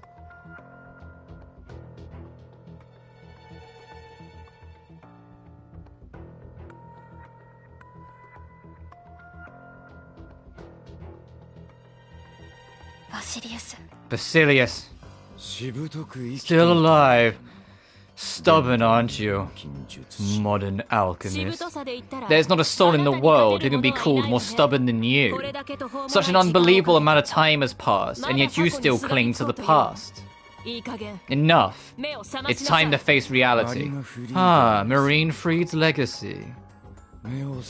You are the ones who need to face reality. Don't you understand? Alchemy's potential is boundless. It's time for you to realize the power that the value the power the creation has to revolutionize the world. Sorry, but you're the only person left preaching that stuff. Be good and scurry back to your grave. We'll even say a little prayer for you. The only person left. The people of Aladis sleep within this cocoon. As long as alchemy exists, as long as I exist, Aladis's return is inevitable. Because I am Aladis. Nothing has been lost. No land, no buildings, no citizens. Our ideals, our history, our glory. I will restore it all. As Emperor, that is my duty. Your duty? No one asked you to do any of this. You're just claiming that yourself. Don't you realize how many problems you've caused? She's right. You speak of resurrecting the people, but you can't even spare a thought for their lives. All you care about is bringing back your ideal nation. Everything you aspire to revolves around your selfishness. We're going to crush your plans. Right here. Do you truly think yourselves capable of doing so? Yes. Please stop adding more sins to the pile. You can't keep using alchemy to do whatever you want. As a relic, I will stop you.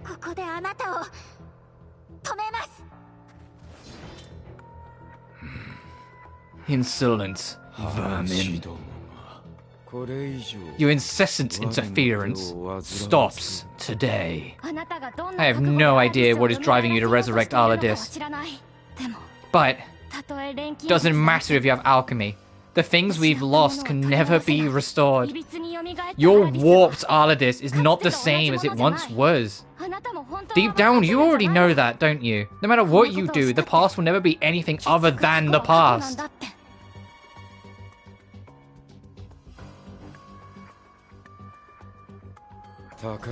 You've lived for no more than 20 years, and yet you speak as though you know it all. Actually, she's 21. She's lived 21 years. If you don't understand, then experience it firsthand. The true essence of alchemy.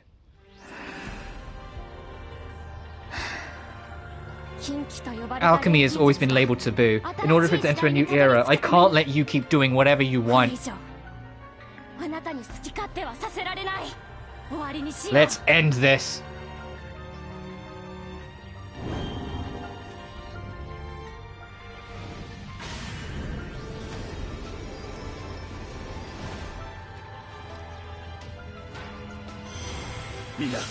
Fucking alright, here we go, Basilius. Oh, his guard gauge is 98? Are you Okay, we're not breaking his guard, good to know.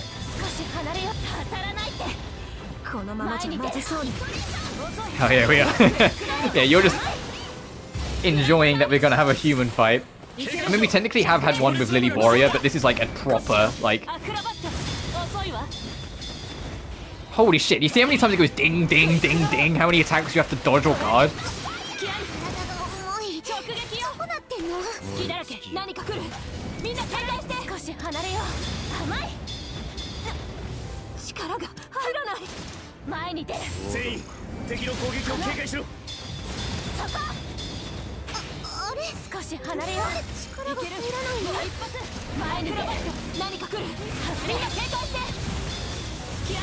Holy shit! That's unironically, yeah. Fuck, Jesus Christ! That's the...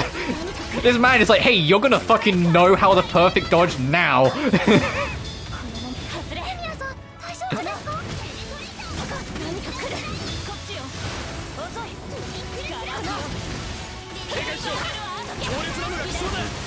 The fact that he's not even moving, he's staying stationary in the middle of the room. We're having to dance around him to try and hurt him.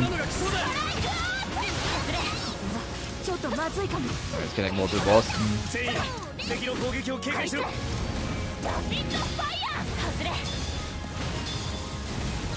Oh, you see how I got caught there on the second hit? If you spam dodge, you'll get got. So you have to actually fucking rhythmically time it after the first attack.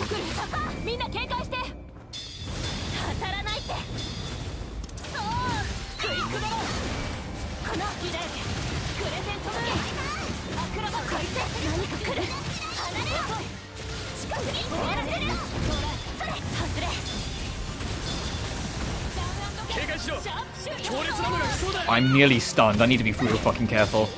I might actually heal soon. I'm stunned! Shit!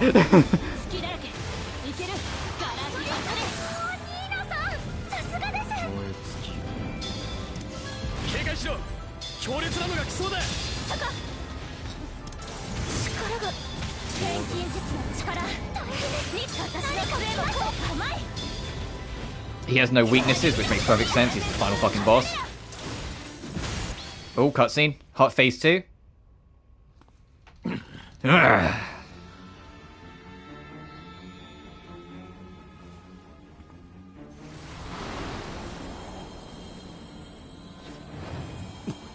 What the...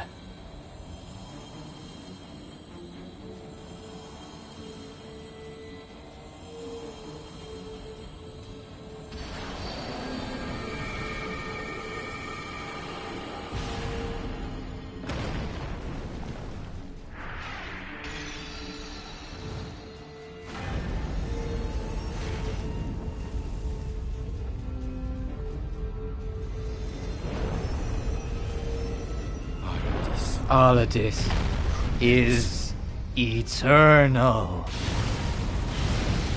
With your fucking Zemnis. Oh my fucking god.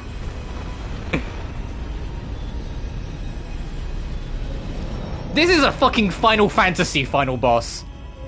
What is that? This is fucking Zeromus. Get out!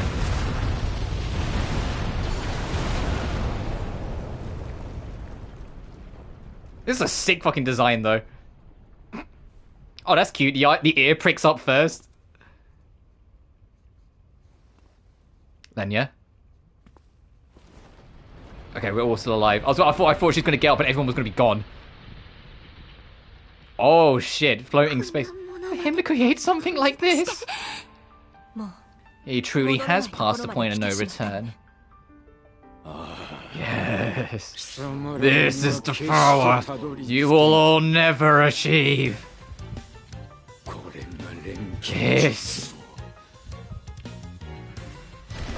is the true power of alchemy. Oh, there he is in the middle. Literally strapped to the chest of this fucking thing. Alright, we've done our first phase human forms. Now it's second phase beast form. We know the routine.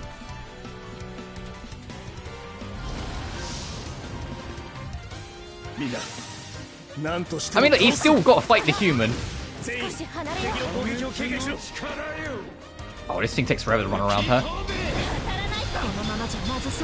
Oh, fucking beams! Oh, I just realized he's got all his health and guard back. Oh, fuck. Jesus fucking Christ, fucking lasers!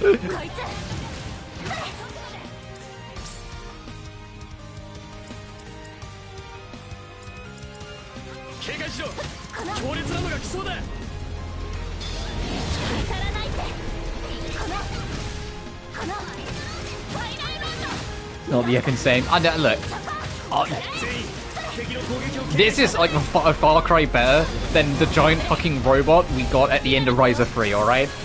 I love the design of this fucking guy, and I'm also loving how much you have to be on the fucking ball with your attacks. But you've really got to be paying attention to keep on top of the guards and dodges and whatnot.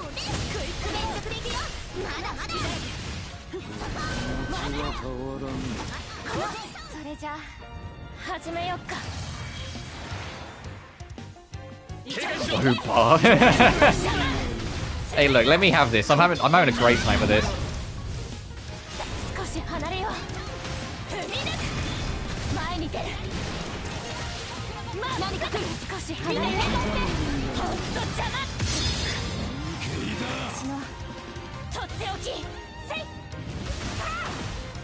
We had the human fight and we're getting the monster fight. It's literally you're getting both. I like how this creature's so big that Yumia didn't really clear it when she did the jump over attack. Like, you can see she was like clipping through it a little bit. Oh, so good. And that's assuming there isn't a phase 3 where we like break him off of this or some shit. We'll have to see how it goes.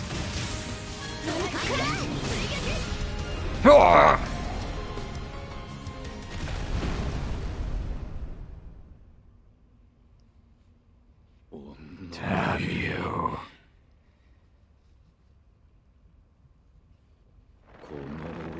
I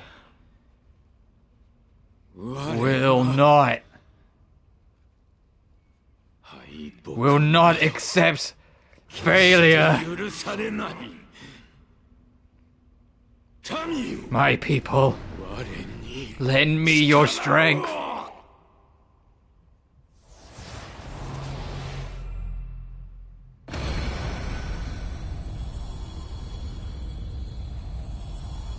Actual combat? We just did actual combat. What are you talking about? Just because it wasn't against a human, it was still the exact same idea of having to be really on board with your guards and parries and dodges. He would even use their memories? Yeah, it's all in for himself. He's not trying to save Validus. There's no low you won't stoop to, is there? Oh, Yumia's pissed. Did you see how look in her eyes?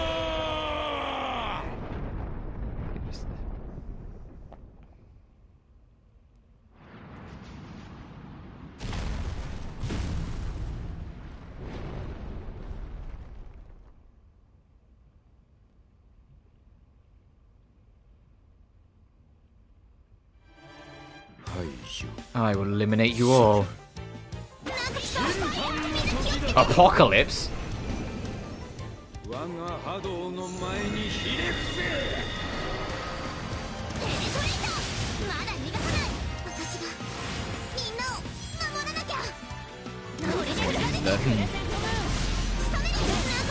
Oh, you want to see him like get out running around, like face me face to face, like chasing after me shit, like a proper war of attrition.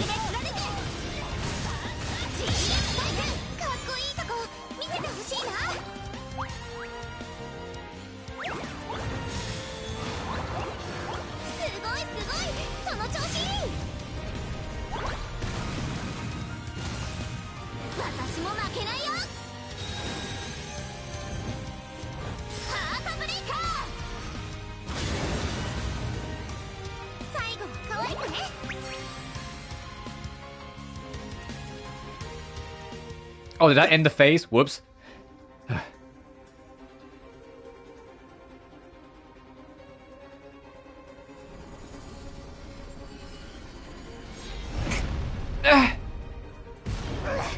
Okay, how strong do you think you are? Yumia! Also, what's it saying boss encounter in the corner? Is that just warning us like, hey, you might have an opportunity to prepare in a second, but you're not done yet?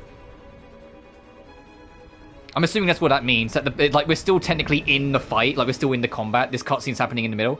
Flammy, no! Fuck, bye, Flammy! Holy shit!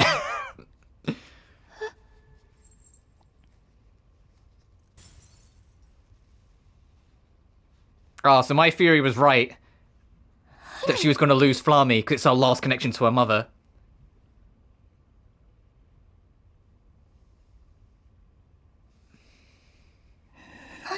What are you?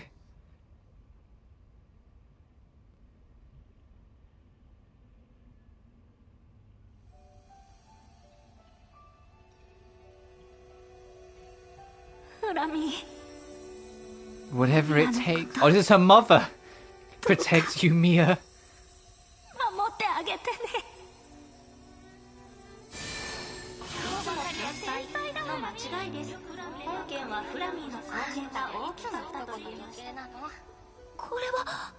Oh, our mana gauge is filling up on the left. Flammy's memories?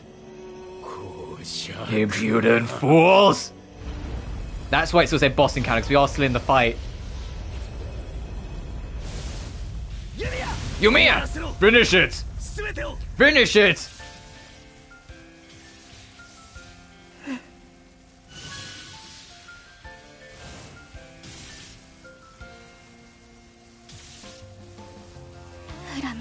Flammy. 失ったもの The は things we've lost can never be restored. But でもそこか But ら the feelings we've gained from them live on in our hearts, in our souls.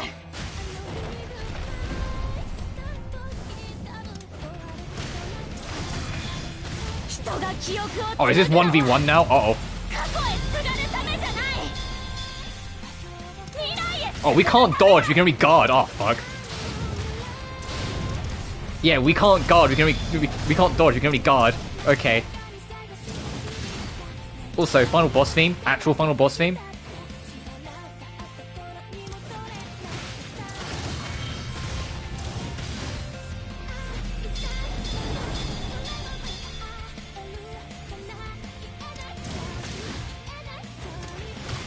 I wish I could pause. I want to listen to more of this. This is the end! Every emotion we felt. Holy shit, fucking axe kick him. Take it all!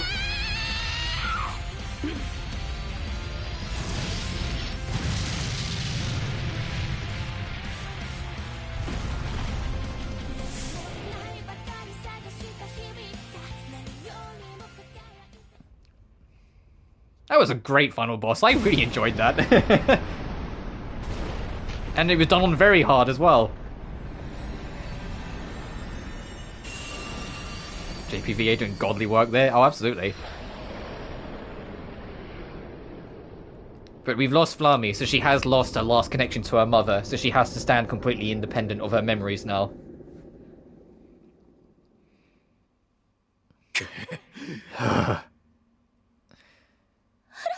Flammy!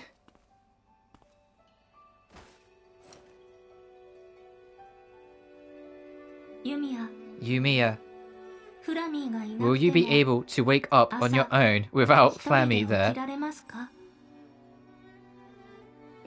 Yeah.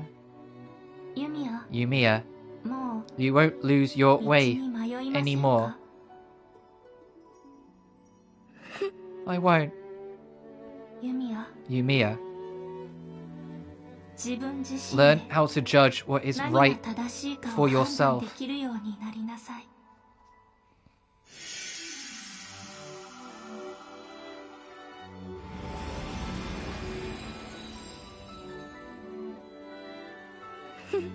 I will. Thank you, ありがとう Flammy. フラミー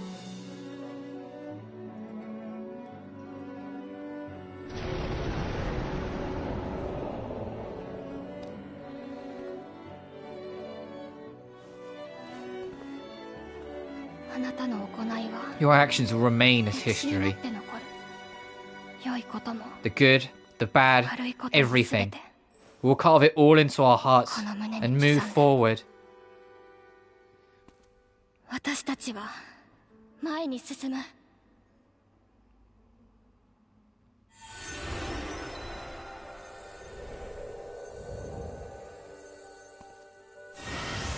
Oh, is she gonna drain all the mana out of him?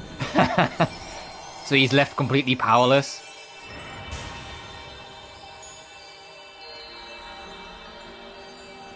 Get to see this beautiful dance one last time. Ugh.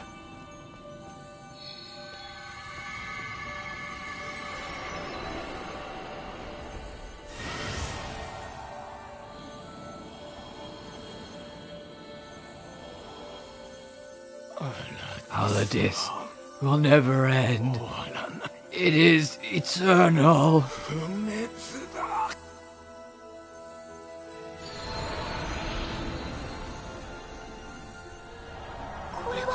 This is...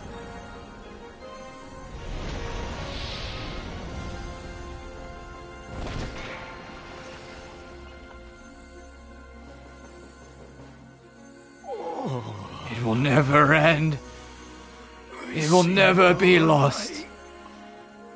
I...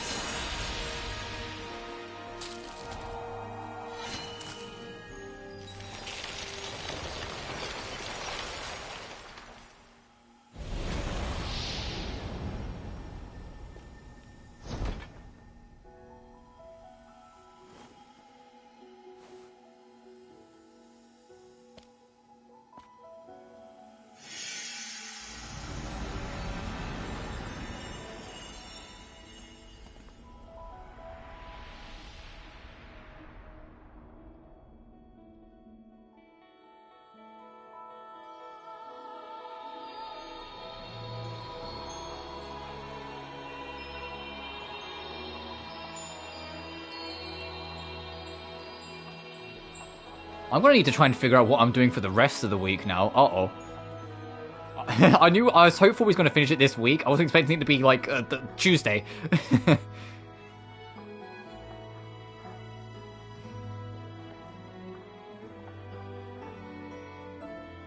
Oh, and that the dream is gone. So, like, yeah, what's the actual remnants of what's there is now left there. I imagine it's going to be one of those things that you load before the final boss afterwards. Since, you know, the whole 4th region fucking disappears. Oh, the original Atelier. The remnant of it went there. It went home. I liked it. I liked the final boss. It's not the best in the series, but it's certainly far from the fucking worst. Trophy unlocked, the end of a dream. Defeated Basilius. It's somewhere in the middle. I liked it. I like the cinematic prowess of it as well. I like that it's a real fucking skill test as well. Like, that could have gone sour real quick. If I kind of got lucky a little bit, I'll admit, but that could have gone sour real quick. People seen it, right? With the submission of our report on what happened with Basilius, our investigation of the Lacuna region came to a close. We managed to finish cleaning up the mana-bound areas too, putting an end to the plans that had been secretly orchestrated in these lands. Plenty of mystery surrounding Aladis remain, though. DLC. It sounds like some of the research team members are going to stay behind to continue the investigation.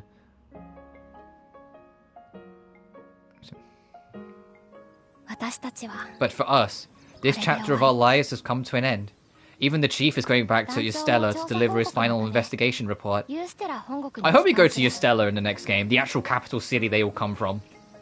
I'm confident that a real understanding of alchemy will start to spread, and people will come to know what really happened in this country. When that does happen, will people's feelings towards alchemy change? Only time will tell. I'll be returning to Jura. I need to make sure that disaster recovery efforts are progressing. I see. Wait, what about Isla? I think I'm going to stay here for a little while and document things. After the mutants and Basilius and everything else we saw, at least one person who witnessed it all firsthand needs to stay. Right. Oh, I'm sorry that fell to you. Oh, it's completely fine. It's my job after all. And anyway, I'm sure it'll suit me better than fighting did. Yumia, Nina, I want you to come with me for a while. You will likely be placed under government observation, but you've achieved something incredible. I don't think they'll see you in a bad light. Yeah, so yeah, Yumia and Nina are probably going to get kept together regardless, because one's deeply involved in alchemy and the other's a literal homunculus. So there's that confirmation. Hi! However, before you leave here, I need you to take care of something. The almighty memory vial. So I try to play it myself. I stand by it. Every region's been better than the last. I really enjoy what this game becomes. I enjoyed it a lot when, like, in the first region at the start, but it was clear that there was a lot of things just kind of slowly working. But by the time you get to, like, the 3rd and 4th region, I feel like the game really finds its footing really well, and it becomes something very beautiful. I put this in, like... I don't know where I'm going to put it exactly in my tier list. I'll wait till the credits roll until I figure that out. But I can't stress enough, I really like this game. I had a fantastic time with it. And I can't wait to see where this goes. Yes, the all-powerful memory vial that Basilius left behind. A valuable item to be sure, but one that poses an immense threat. Yumia, as an alchemist who took part in the investigation of this land, I'm thinking of entrusting its fate to you. What do you want to do? It'll be a challenge, but I want to try to decipher its contents. The memories inside of it could end up being the key to uncovering mysteries we haven't even discovered yet. And if we want alchemy to really benefit everyone, we also need to understand exactly what kind of dangers accompany it. Just how far did Aladis go? Without knowing, we're doomed to end up on the same path they took.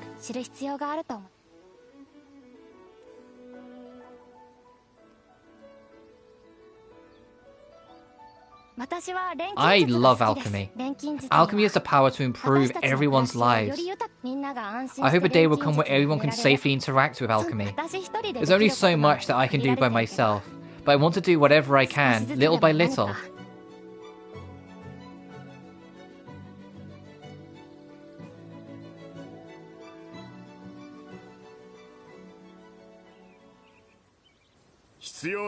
Make sure you take everything you need. You can't be responsible for anything you accidentally leave behind. Hey, keep your hands away from that. Those are my spoils. You seriously collected this much stuff? Make sure to carry it all by yourself. You want me to help you? Don't coddle him, Lenya. Doctor. I'll head out first. Alright, time to set out on our next adventure. Let's go, Flat. Oh. This is what I think is right. Yeah, she's so used to having Flammy next to her. Hey, Yumia! We're gonna leave without you! Coming! Still got Elder Scrolls and Vengeance to worry about, yeah, fair.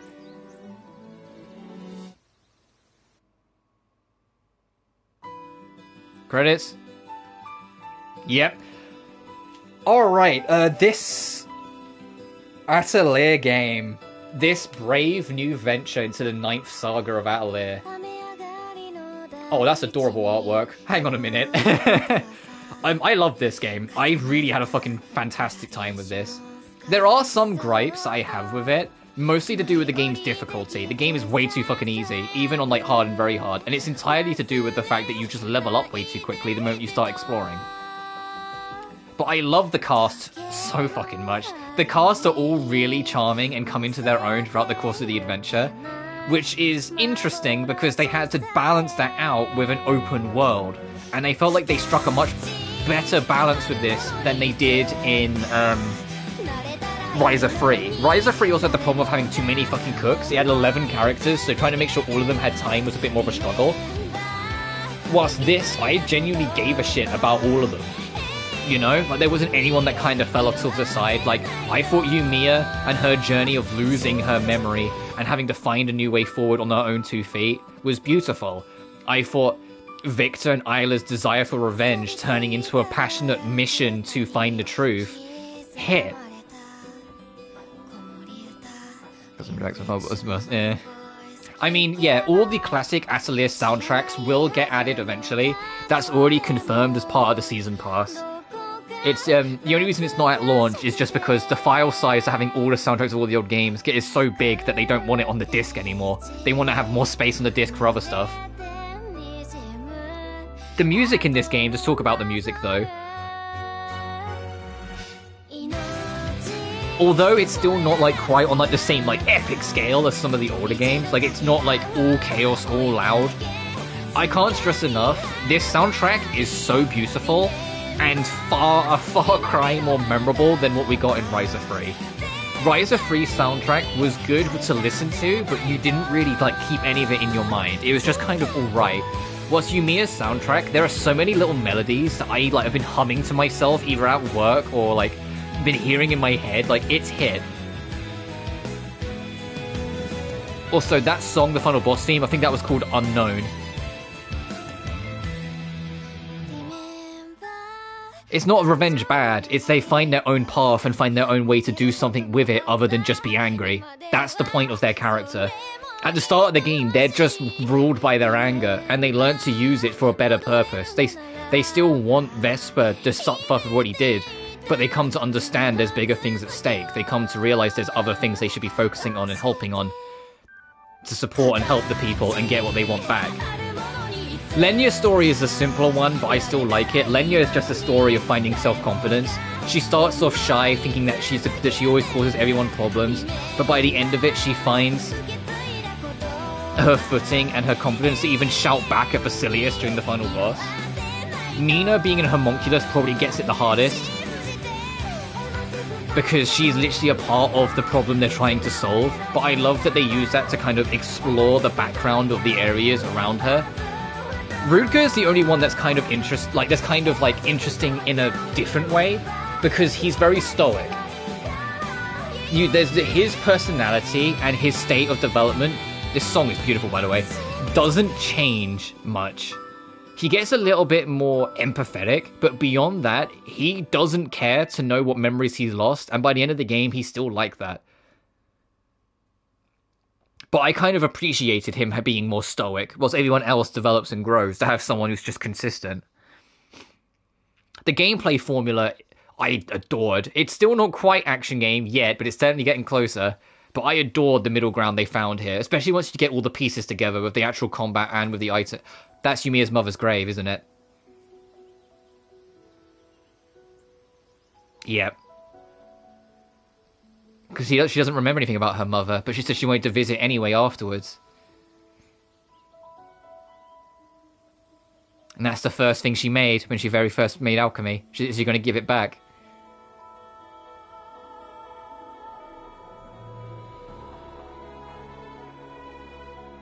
Oh, this music.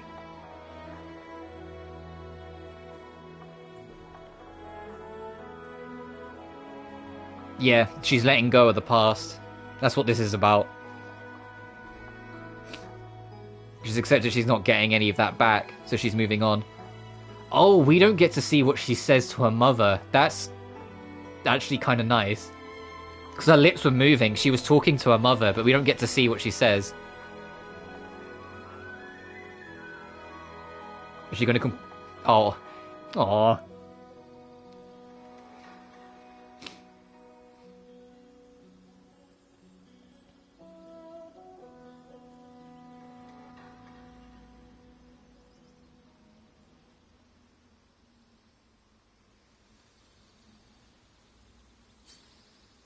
Trophy unlocked tomorrow.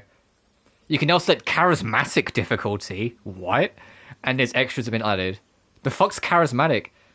Clearing game clear data. Loading clear data allows you to choose from the following. Just before the ending, I had a feeling. Load a save and continue right before the ending. Or New Game Plus. Yeah, that makes sense.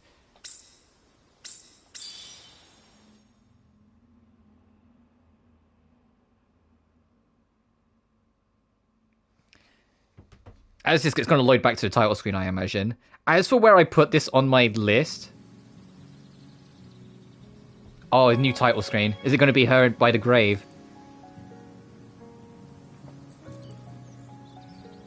Hi, Yumiya. Just fucking...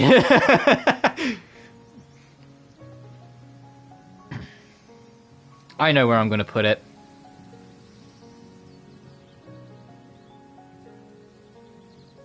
Oh, she's back at the Atelier, huh? Okay. Okay, before we check this, hang on. From the bottom, then. From the bottom of my extensive fucking Gust tier list. Atelier Marie, Blue Reflection 1. Atelier Marie Remake. Knights of Azure 1. Atelier Ellie. Atelier Firis. Atelier Lily. Atelier Rorona. Iris 1. Judy. Artonico Quoga. Iris 2, Iris 3, Atelier Viorate, Atelier Sophie, Atelier Riser 1, Knights of Azure 2, Artonico 1, Atelier Lulua, Atelier Maruru, Artonico 2, Mana Kamiya 2, Arno Surge, Mana Kamiya 1, Atelier Ayesha, Atelier Totori, Atelier Riser 3, Atelier Yumia, Atelier Escher and Logi, Atelier Lydian Suli, Atelier Sophie 2, Atelier Riser 2, Blue Reflection Second Light. That's my bottom to top. That's my personal. Certainly a take. Yeah, as a whole, I prefer Riser 1 over Sophie 1. Anyway, I'll check out charismatic difficulty in a second. What have we got? Okay, so that's... Okay, yeah, all the cutscenes. Models. Sophie 1 was originally, far further down the list, but as time's gone on, I've just appreciated certain aspects of it more. I kind of wish they did a little more with Lily Boria. Like, I wasn't expecting her to get a happy ending, but I kind of wish she didn't get, like, such a miserable ending. She doesn't get what she wants, and she dies.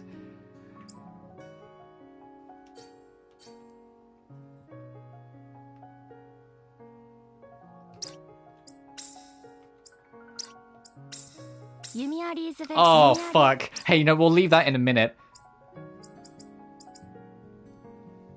New references, but it's going to have any of it. It's their own.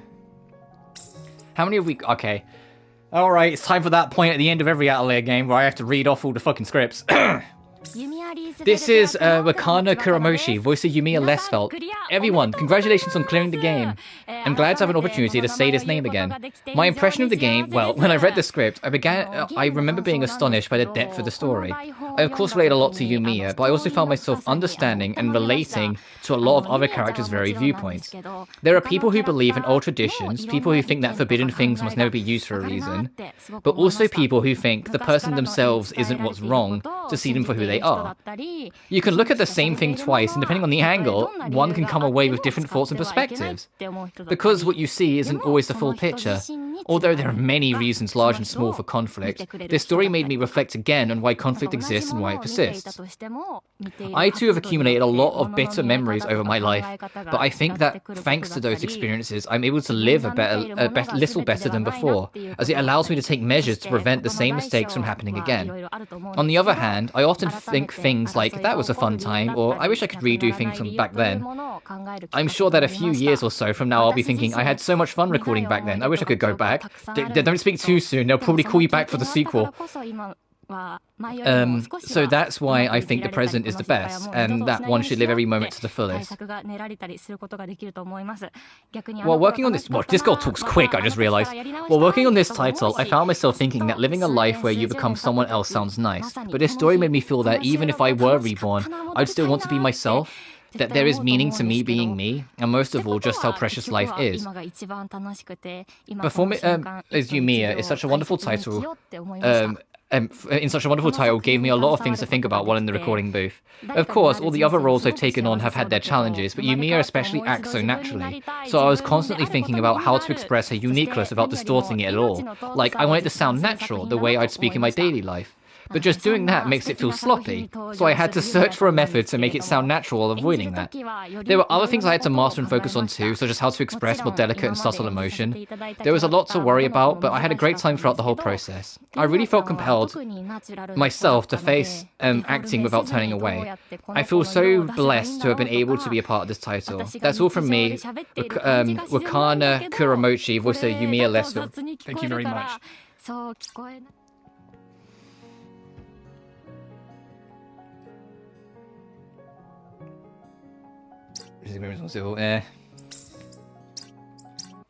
Don't get me wrong, there are aspects of, just before the ending, of Sophie I prefer over a lot of other games, but there's also aspects over fucking Atelier Marie PS1 I prefer over some games, and that game's still bottom of the list. It's just, as a whole, the games that are above Sophie 1 are there because I prefer them over it. There's a lot of, I know some things could be seen as objectively better or worse, but this is me, you know? Anyway, there are... I mean, we might be able to get the platinum, which I want to check. Get all the skills on the skill tree and get every recipe. Getting all the skills on the skill tree we might not get, because I think we're a little off. And here's, yeah, the post-game skills. This is learn more synthesis skills. Okay, yeah, so that trophy for the platinum I won't get on stream. Because I need... Oh, I can get enough points to get this, but I need more points. Even the game itself? No, it's an exact expression of the game itself. This story has a lot of fucking layers to it. I love the story of this fucking game. Let's see if I can make every recipe at least. I might not be able to get the platinum on stream, but fucking I can at least make everything.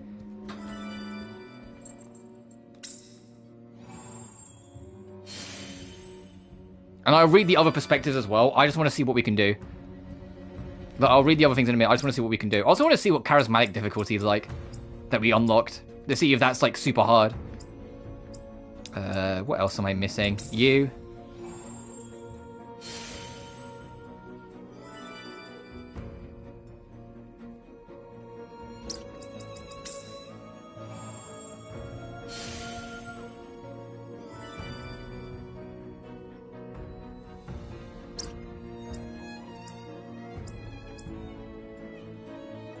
What am I missing?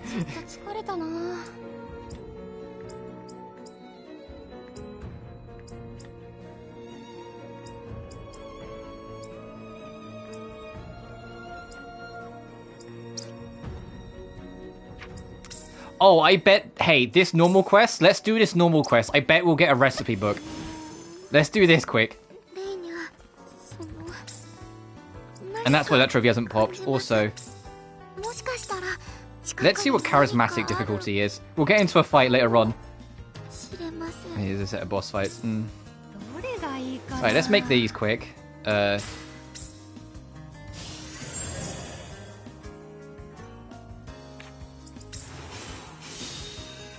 will make a proper one later. I just need to make it for the objective.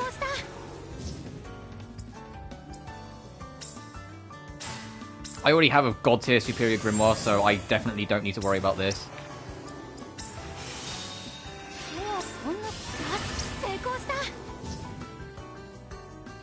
And then a Grand Shine. Grand Shine is the ultimate weapon of the game, by the way, because it covers every element. But we didn't even use it. We didn't make one. Well, I made one, but it was kind of shit, so I didn't bring it with us. All right, let's go turn this in and see if we do get a new recipe. If not, it's probably in a fucking treasure trove somewhere. So I will check it then. Yeah, I'm going to wrap up soon anyway. I'm going to do this, read out some of the, like more of the interviews and then call it a day.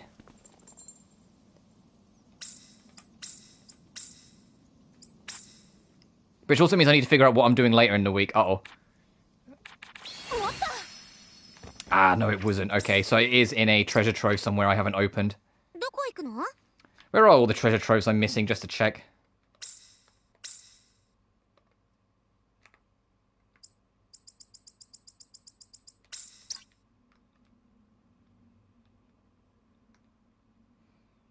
Yeah, we opened all of them. 1, 2, 3, 4, 5, 6, 7.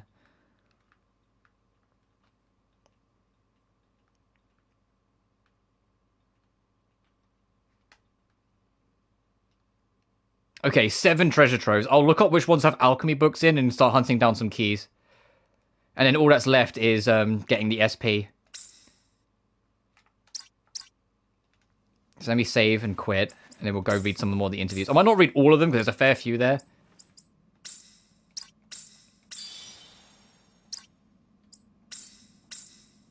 But yeah, the platinum, I should have the platinum by the end of the week. I just need to look up the extra stuff. Yeah, there's always 5 insight. Yeah, no worries, I'm going to do it. I'll do it now. The charismatic difficulty, I imagine it's just very, very hard, so I'll like check that in my spare time. I kind of want to get rid of the interviews. I just wanted to see what like left was, you know. Oh, and it changes back to this one because we have like because it's after to beat the game. Okay, that's fine. This background. All right, Victor. This is the voice of Victor, Makoto Furukawa. Congratulations on clearing the game. I was asked to talk a little about the game and disclose my thoughts on Victor for all of you to have beaten the game. There are a lot of facets to Victor. He's an older brother, righteous, very serious, a bit prickly, and a big man with a big heart. Oh, and he loves fishing too. I think the audience will be able to enjoy his many sides while playing through the story and the various different quests.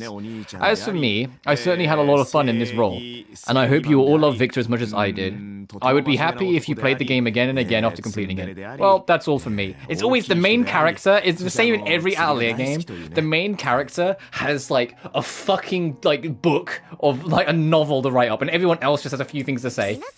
Congratulations on clearing the game, everyone. This is the voice of Isla, Kaori Maeda. Thank you all so much for playing. I was honoured when I first heard about this project. I couldn't believe I was actually going to get a chance to be a part of the Atelier series. Isla is so bubbly, genuine, and really hardworking at everything. Since the theme this time is around alchemists again, I'm sure you all had wonderful adventures with Isla and the other characters. We were shooting a video a little while ago, and the visuals are so pretty, and the character designs are just the cutest. I'm so happy to be a part of this team. I hope that Isla and I can continue to keep spirits high as the mood maker of this series and team. Yeah, that's okay. Kaori's like, hey, I hope they bring me back. Thank you so much.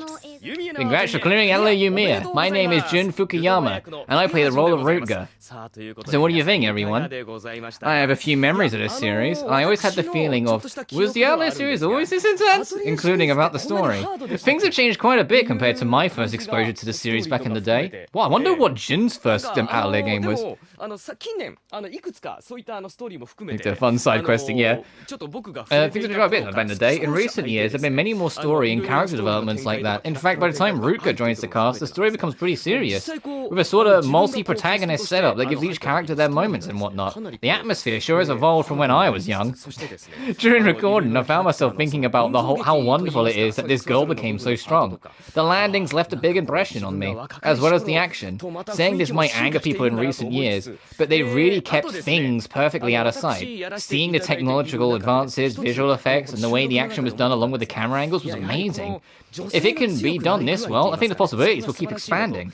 I mentioned this this game's animated series, or rather the cutscenes, but I am really impressed with the way the game series has evolved as of late. So that's all I have to say. Sorry for rambling, but I'd be glad if you all played the game from the beginning to end again. This is Jun Fukuyama, voice of Rutger. I want to get to fucking Vesper. I want to hear what Kiryu thinks about Atelier series.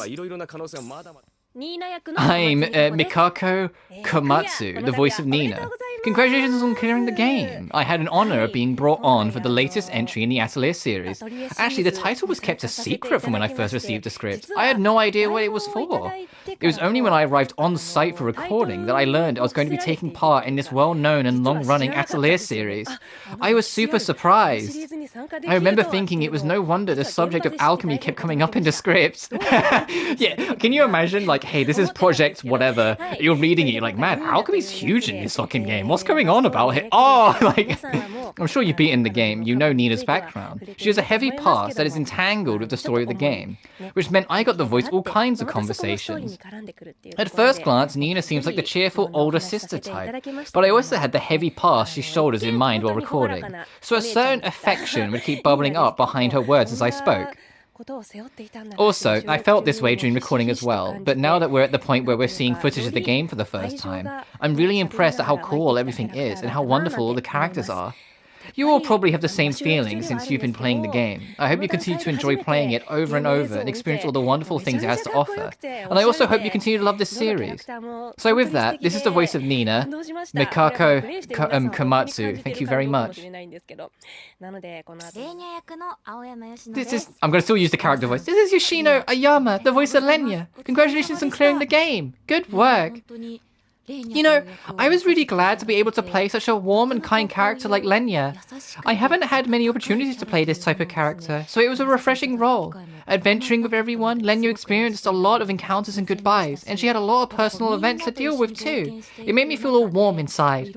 I'd be so happy if you could continue to keep enjoying this game over and over again. And with that, this is Yoshino Ayama, voice of Lenya. Bye-bye. Hers is very short and sweet. Oh, I did not realize it was also the voice of Yumia's mother was the voice of Flammy. Then yeah, of course they was going to get rid of Flammy, eventually. Hello, this is Kana Asumi, the voice of Flammy and Irene. First off, I'd like to congratulate you for clearing the game. Thank you for playing. Did you have a good time? I took the role of two characters, Flammy and Irene.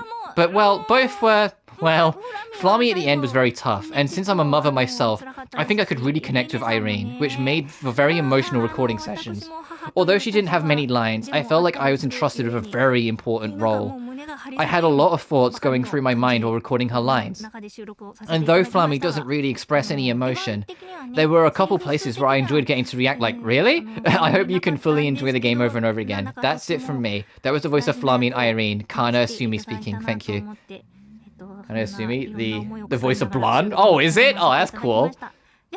Kensa Miyaki. Hello everyone, this is Kensa Miyaki, the voice of Erhard. You can hear me now, that means you've completed the game. Congratulations. Woo! Nice! At the moment of this recording, the game is still in the middle of development, so I'm looking forward to seeing how it turns out. As someone with a long history of the Atelier series, I'm excited to see how the series will continue to expand. I was lucky enough to have been a part of the earlier entries of the Atelier series, and it's already changed so... Really? He voiced a character in an earlier game? I wonder who he voiced. Really changed so much from how it was then. How do I put it? The story is much more hardcore now. The sense of adventure has been increased to new heights. And in the midst of all that, Erhard is sort of a fatherly figure that watches over the protagonist with an open mind as their chief. Did you all enjoy it? Isn't it Sturk? Is it? Oh, that's cool. Enjoy it. Argume's quite deep, and I'll play a few more times. And with that, I've just got done with a fair bit of recording here, and I'm losing my ability to talk. Right, so that was the voice. The voice of Erhard. I really can't talk right now. That was the voice of Erhard, Kenser Miyaki, and Form of Alchemy. Bye-bye. Alright, Wilma. Everyone, congratulations on clearing the game. This is Sayumi Suzashiro, the voice of Wilma. You could say I just cleared the script myself, and we're having a free talk session now that recording is wrapped up. Wilma's a scholar, so I had the impression that I need to be able to smoothly use a bunch of difficult words. But I've never had a role before with such a brisk, scholarly way of speaking combined with a calm, big sisterly vibe. So I had a lot of fun. I feel like maybe even some of those smarts rubbed off on me. I'm very glad I was able to be a part of the Atelier series. Wilma is the type that sets off to new places, so I'd be thrilled if the opportunity came by for me to voice her again. I mean, yeah, that would make sense. She's a researcher and a traveler. They could just drop her in future games as another side character if they wanted to. Now for Lix. This is Kentaro Kumagai, voice of Lix. Congratulations on clearing the game, everyone. Did you have a good time?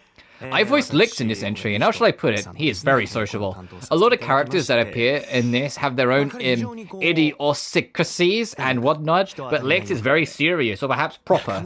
The guy has appeared in different places to offer other characters and the player information and advice. However, in the latter parts of the game, it turns out he has his own thing he's dealing with, and his own objectives. His true objective comes to light. He has a lot of mystery about him, and I had a great time playing the role. I don't believe he's really two-faced. He speaks honestly and from the heart and truly does care for everyone. However, the moment the feelings he kept to himself and his own wishes come into view, even I felt a little emotional while playing him.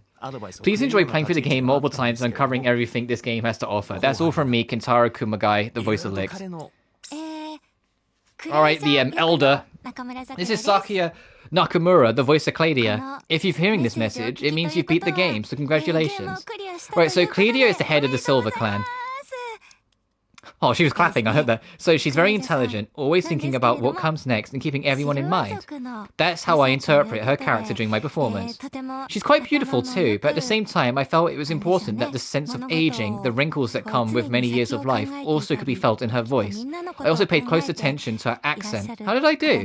Games can be enjoyed for a second and third time even after they're first cleared, so I hope that every time you play, you can find a new detail you hadn't noticed before. That was the voice of Claudia, Sakuya Nakamura speaking, thank you. Alright, time for Kiryu. This is Takuya Kuroda. We know who the fuck you are. The voice of Vesper. Everyone, now that you've reached the conclusion of the game, what did you think? My role was that of a servant to the Empire. Well, the former Empire. I sure get a lot of single-minded roles, don't I? Alright. I consider myself to be a pretty single-minded, straightforward guy. So roles like this might lean towards the bad side and oppose justice, but characters with personalities like this are some of my favorites. Please let your friends know about how you felt about the game, so that you can enjoy it together. My vocal cords are shot, so with that, everybody, I hope you meet again. I'm not surprised his vocal cords are shot, because everyone feels like they're trying to get a hold of Kuroda. But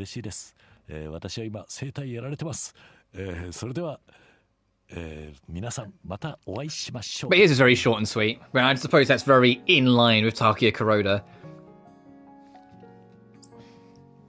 Alright, Lily Boria. This is Yoko Hikasa, the voice of Lily Boria. Congratulations on clearing the game, everyone. My character, Lily Boria, lives with constant anger, always looking for a way to get back to her old self. But unable to trust anyone and seeking revenge, her reason for living is to defeat alchemists. And while talking to the staff about the role, I felt that her character is a bit sad. While performing as her, I had the idea in my mind that she was a person that couldn't be saved. But after finishing recording and looking back, I think that after facing the protagonist and losing, that might have allowed her to find peace in a certain way before she passed on. It's a heart-wrenching story, but I hope as you replay the game you'll be able to appreciate her journey. Thank you. Okay, on characters. Alright, Corleonius. Congratulations on clearing the game, everyone. This is Takehito Kayasa. I played the role of Corleonius. I really went a little overboard for this one. I'm exhausted. My throat feels all weird, like it's hot. The back of my throat is stinging. Man, it's been a while. I feel nostalgic. Or maybe not. Perhaps sentimental is a better word for it. God, he even fucking talks like Corleones. Jesus Christ. Corleones is a scientist, alchemist, professor, that type of smart character. So I wonder if I went a little too far or in the wrong direction. Or if I was a bit too greedy with my own interpretation. Perhaps I devoted myself too much. Yeah, he's literally just Corleones' personality. The call like, maybe I did this, or should I have done this? Or maybe I'm like this. Fucking, come on.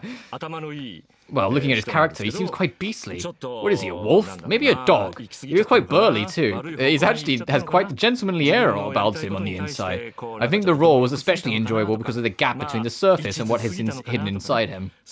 In the end, having fun means having a sore throat. So with that, maybe it'd all go into the next replay with a fresh angle of Kuyatsa hurt its throat doing this. You might be able to notice my voice slowly descending into a raspy mess. Oh, I know, I didn't notice that at all. Maybe we didn't spread out the recording over several days, so it may be possible to notice. I think that could be something to enjoy in replaying the game with that in mind. And with that, it's like, hey, look, play the game again and listen to my voice just shoot the shit as it goes. With voice of Takehiro Kiyasa signing off. Alright, last but not least, Basilius. Hello everyone. I am Shin Ichiro Miki, the voice of Basilius. You cleared the game. Congratulations. Lately, many people have spoken to me saying they wonder if I'm dead, dying. And recently the term old man has been added to the list. So I become a matter of am I dead, dying, or an old man? Well, this time around, my role was considered an old man character in a way. So it lines up quite perfectly, doesn't it? What am I even saying right now? I had a great time lending my voice to the role of Basilius, and I'm very glad I had this opportunity to be a part of this character. When I first heard about the setting of the story, I thought, oh, so he's that kind of person. And after mulling over the provided reference materials, I was happy with the role. And with that, I'd like to truly congratulate those of you listening who have completed the game I was a part of. This was Shin Ichiro Miki, voice of Basilius. His name is True Ichigo? Wow.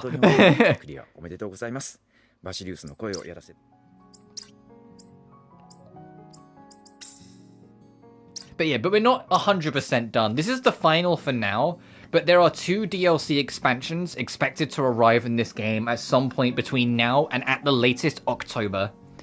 When they come out, like we did with Riser 3, I will stream them and cover them. But we are done with the main story. And as I said before, just to kind of like conclude my thoughts, as a whole, I genuinely really enjoyed this game. This game was really fun. I was a little like nervous. Not because I had problem with... Beautiful screen, by the way, yeah. Not because I had problems with Riser 3, but because Riser 3 was a step down from Riser 2. As you know, I like Riser 3 a lot. I just had a lot of problems with it. And I was worried, because Riser 3 was open zone, going from open zone to open world, some of the problems with Riser 3 would show up in more egregious forms in Yumia, if that makes sense, because it's an even bigger scale. And thankfully, a lot of the problems I had with Riser 3 were very directly addressed and challenged in Yumia. New problems crept up, like the main one being the experience system, but that's something they can work on in a sequel. My solution would still be go for like Sophie's system. You either slow down the leveling dramatically, or you go for a system like Sophie 1, where you get like, you hit the level cap early, and you get skill points instead or something, and you spend those skill points in certain ways. Also, I would like for them to try and bring back a proper currency system next game. Their solution, I feel like, was too extreme. I understand why there's no money system in this game, because it makes no sense in context. You're all researchers that have come to this land. What are you going to fucking buy? No, you trade shit instead. So having no money in this game makes sense. But I also am not ignorant to the fact it was a direct response from money being worthless in Riser 3. Because money was worthless. You've always had hundreds of thousands of it, and you never had any reason to spend any of it. So I get that it was kind of like a direct challenge to it to just remove it, make it that it's a trading system instead.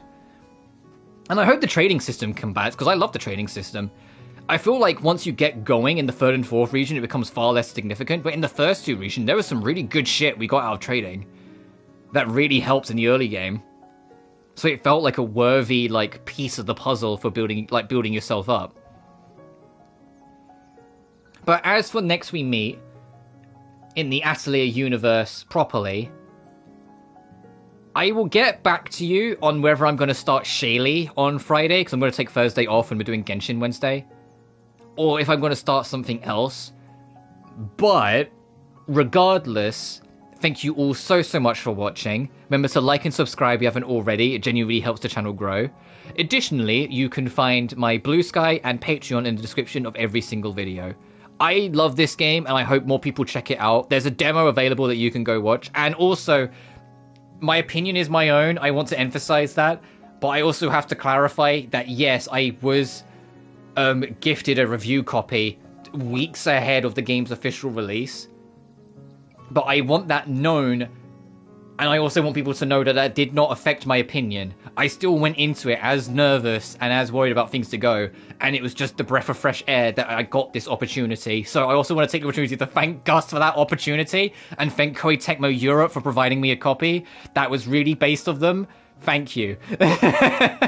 It was really exciting to be able to play the game like 3 weeks before it was out and get to mess around with it. I didn't do too much because I never wanted to like do the story spoiler stuff, but it was really fun and exciting, and I felt very privileged to get the opportunity, so thank you. Anyway, you guys take care now. Peace.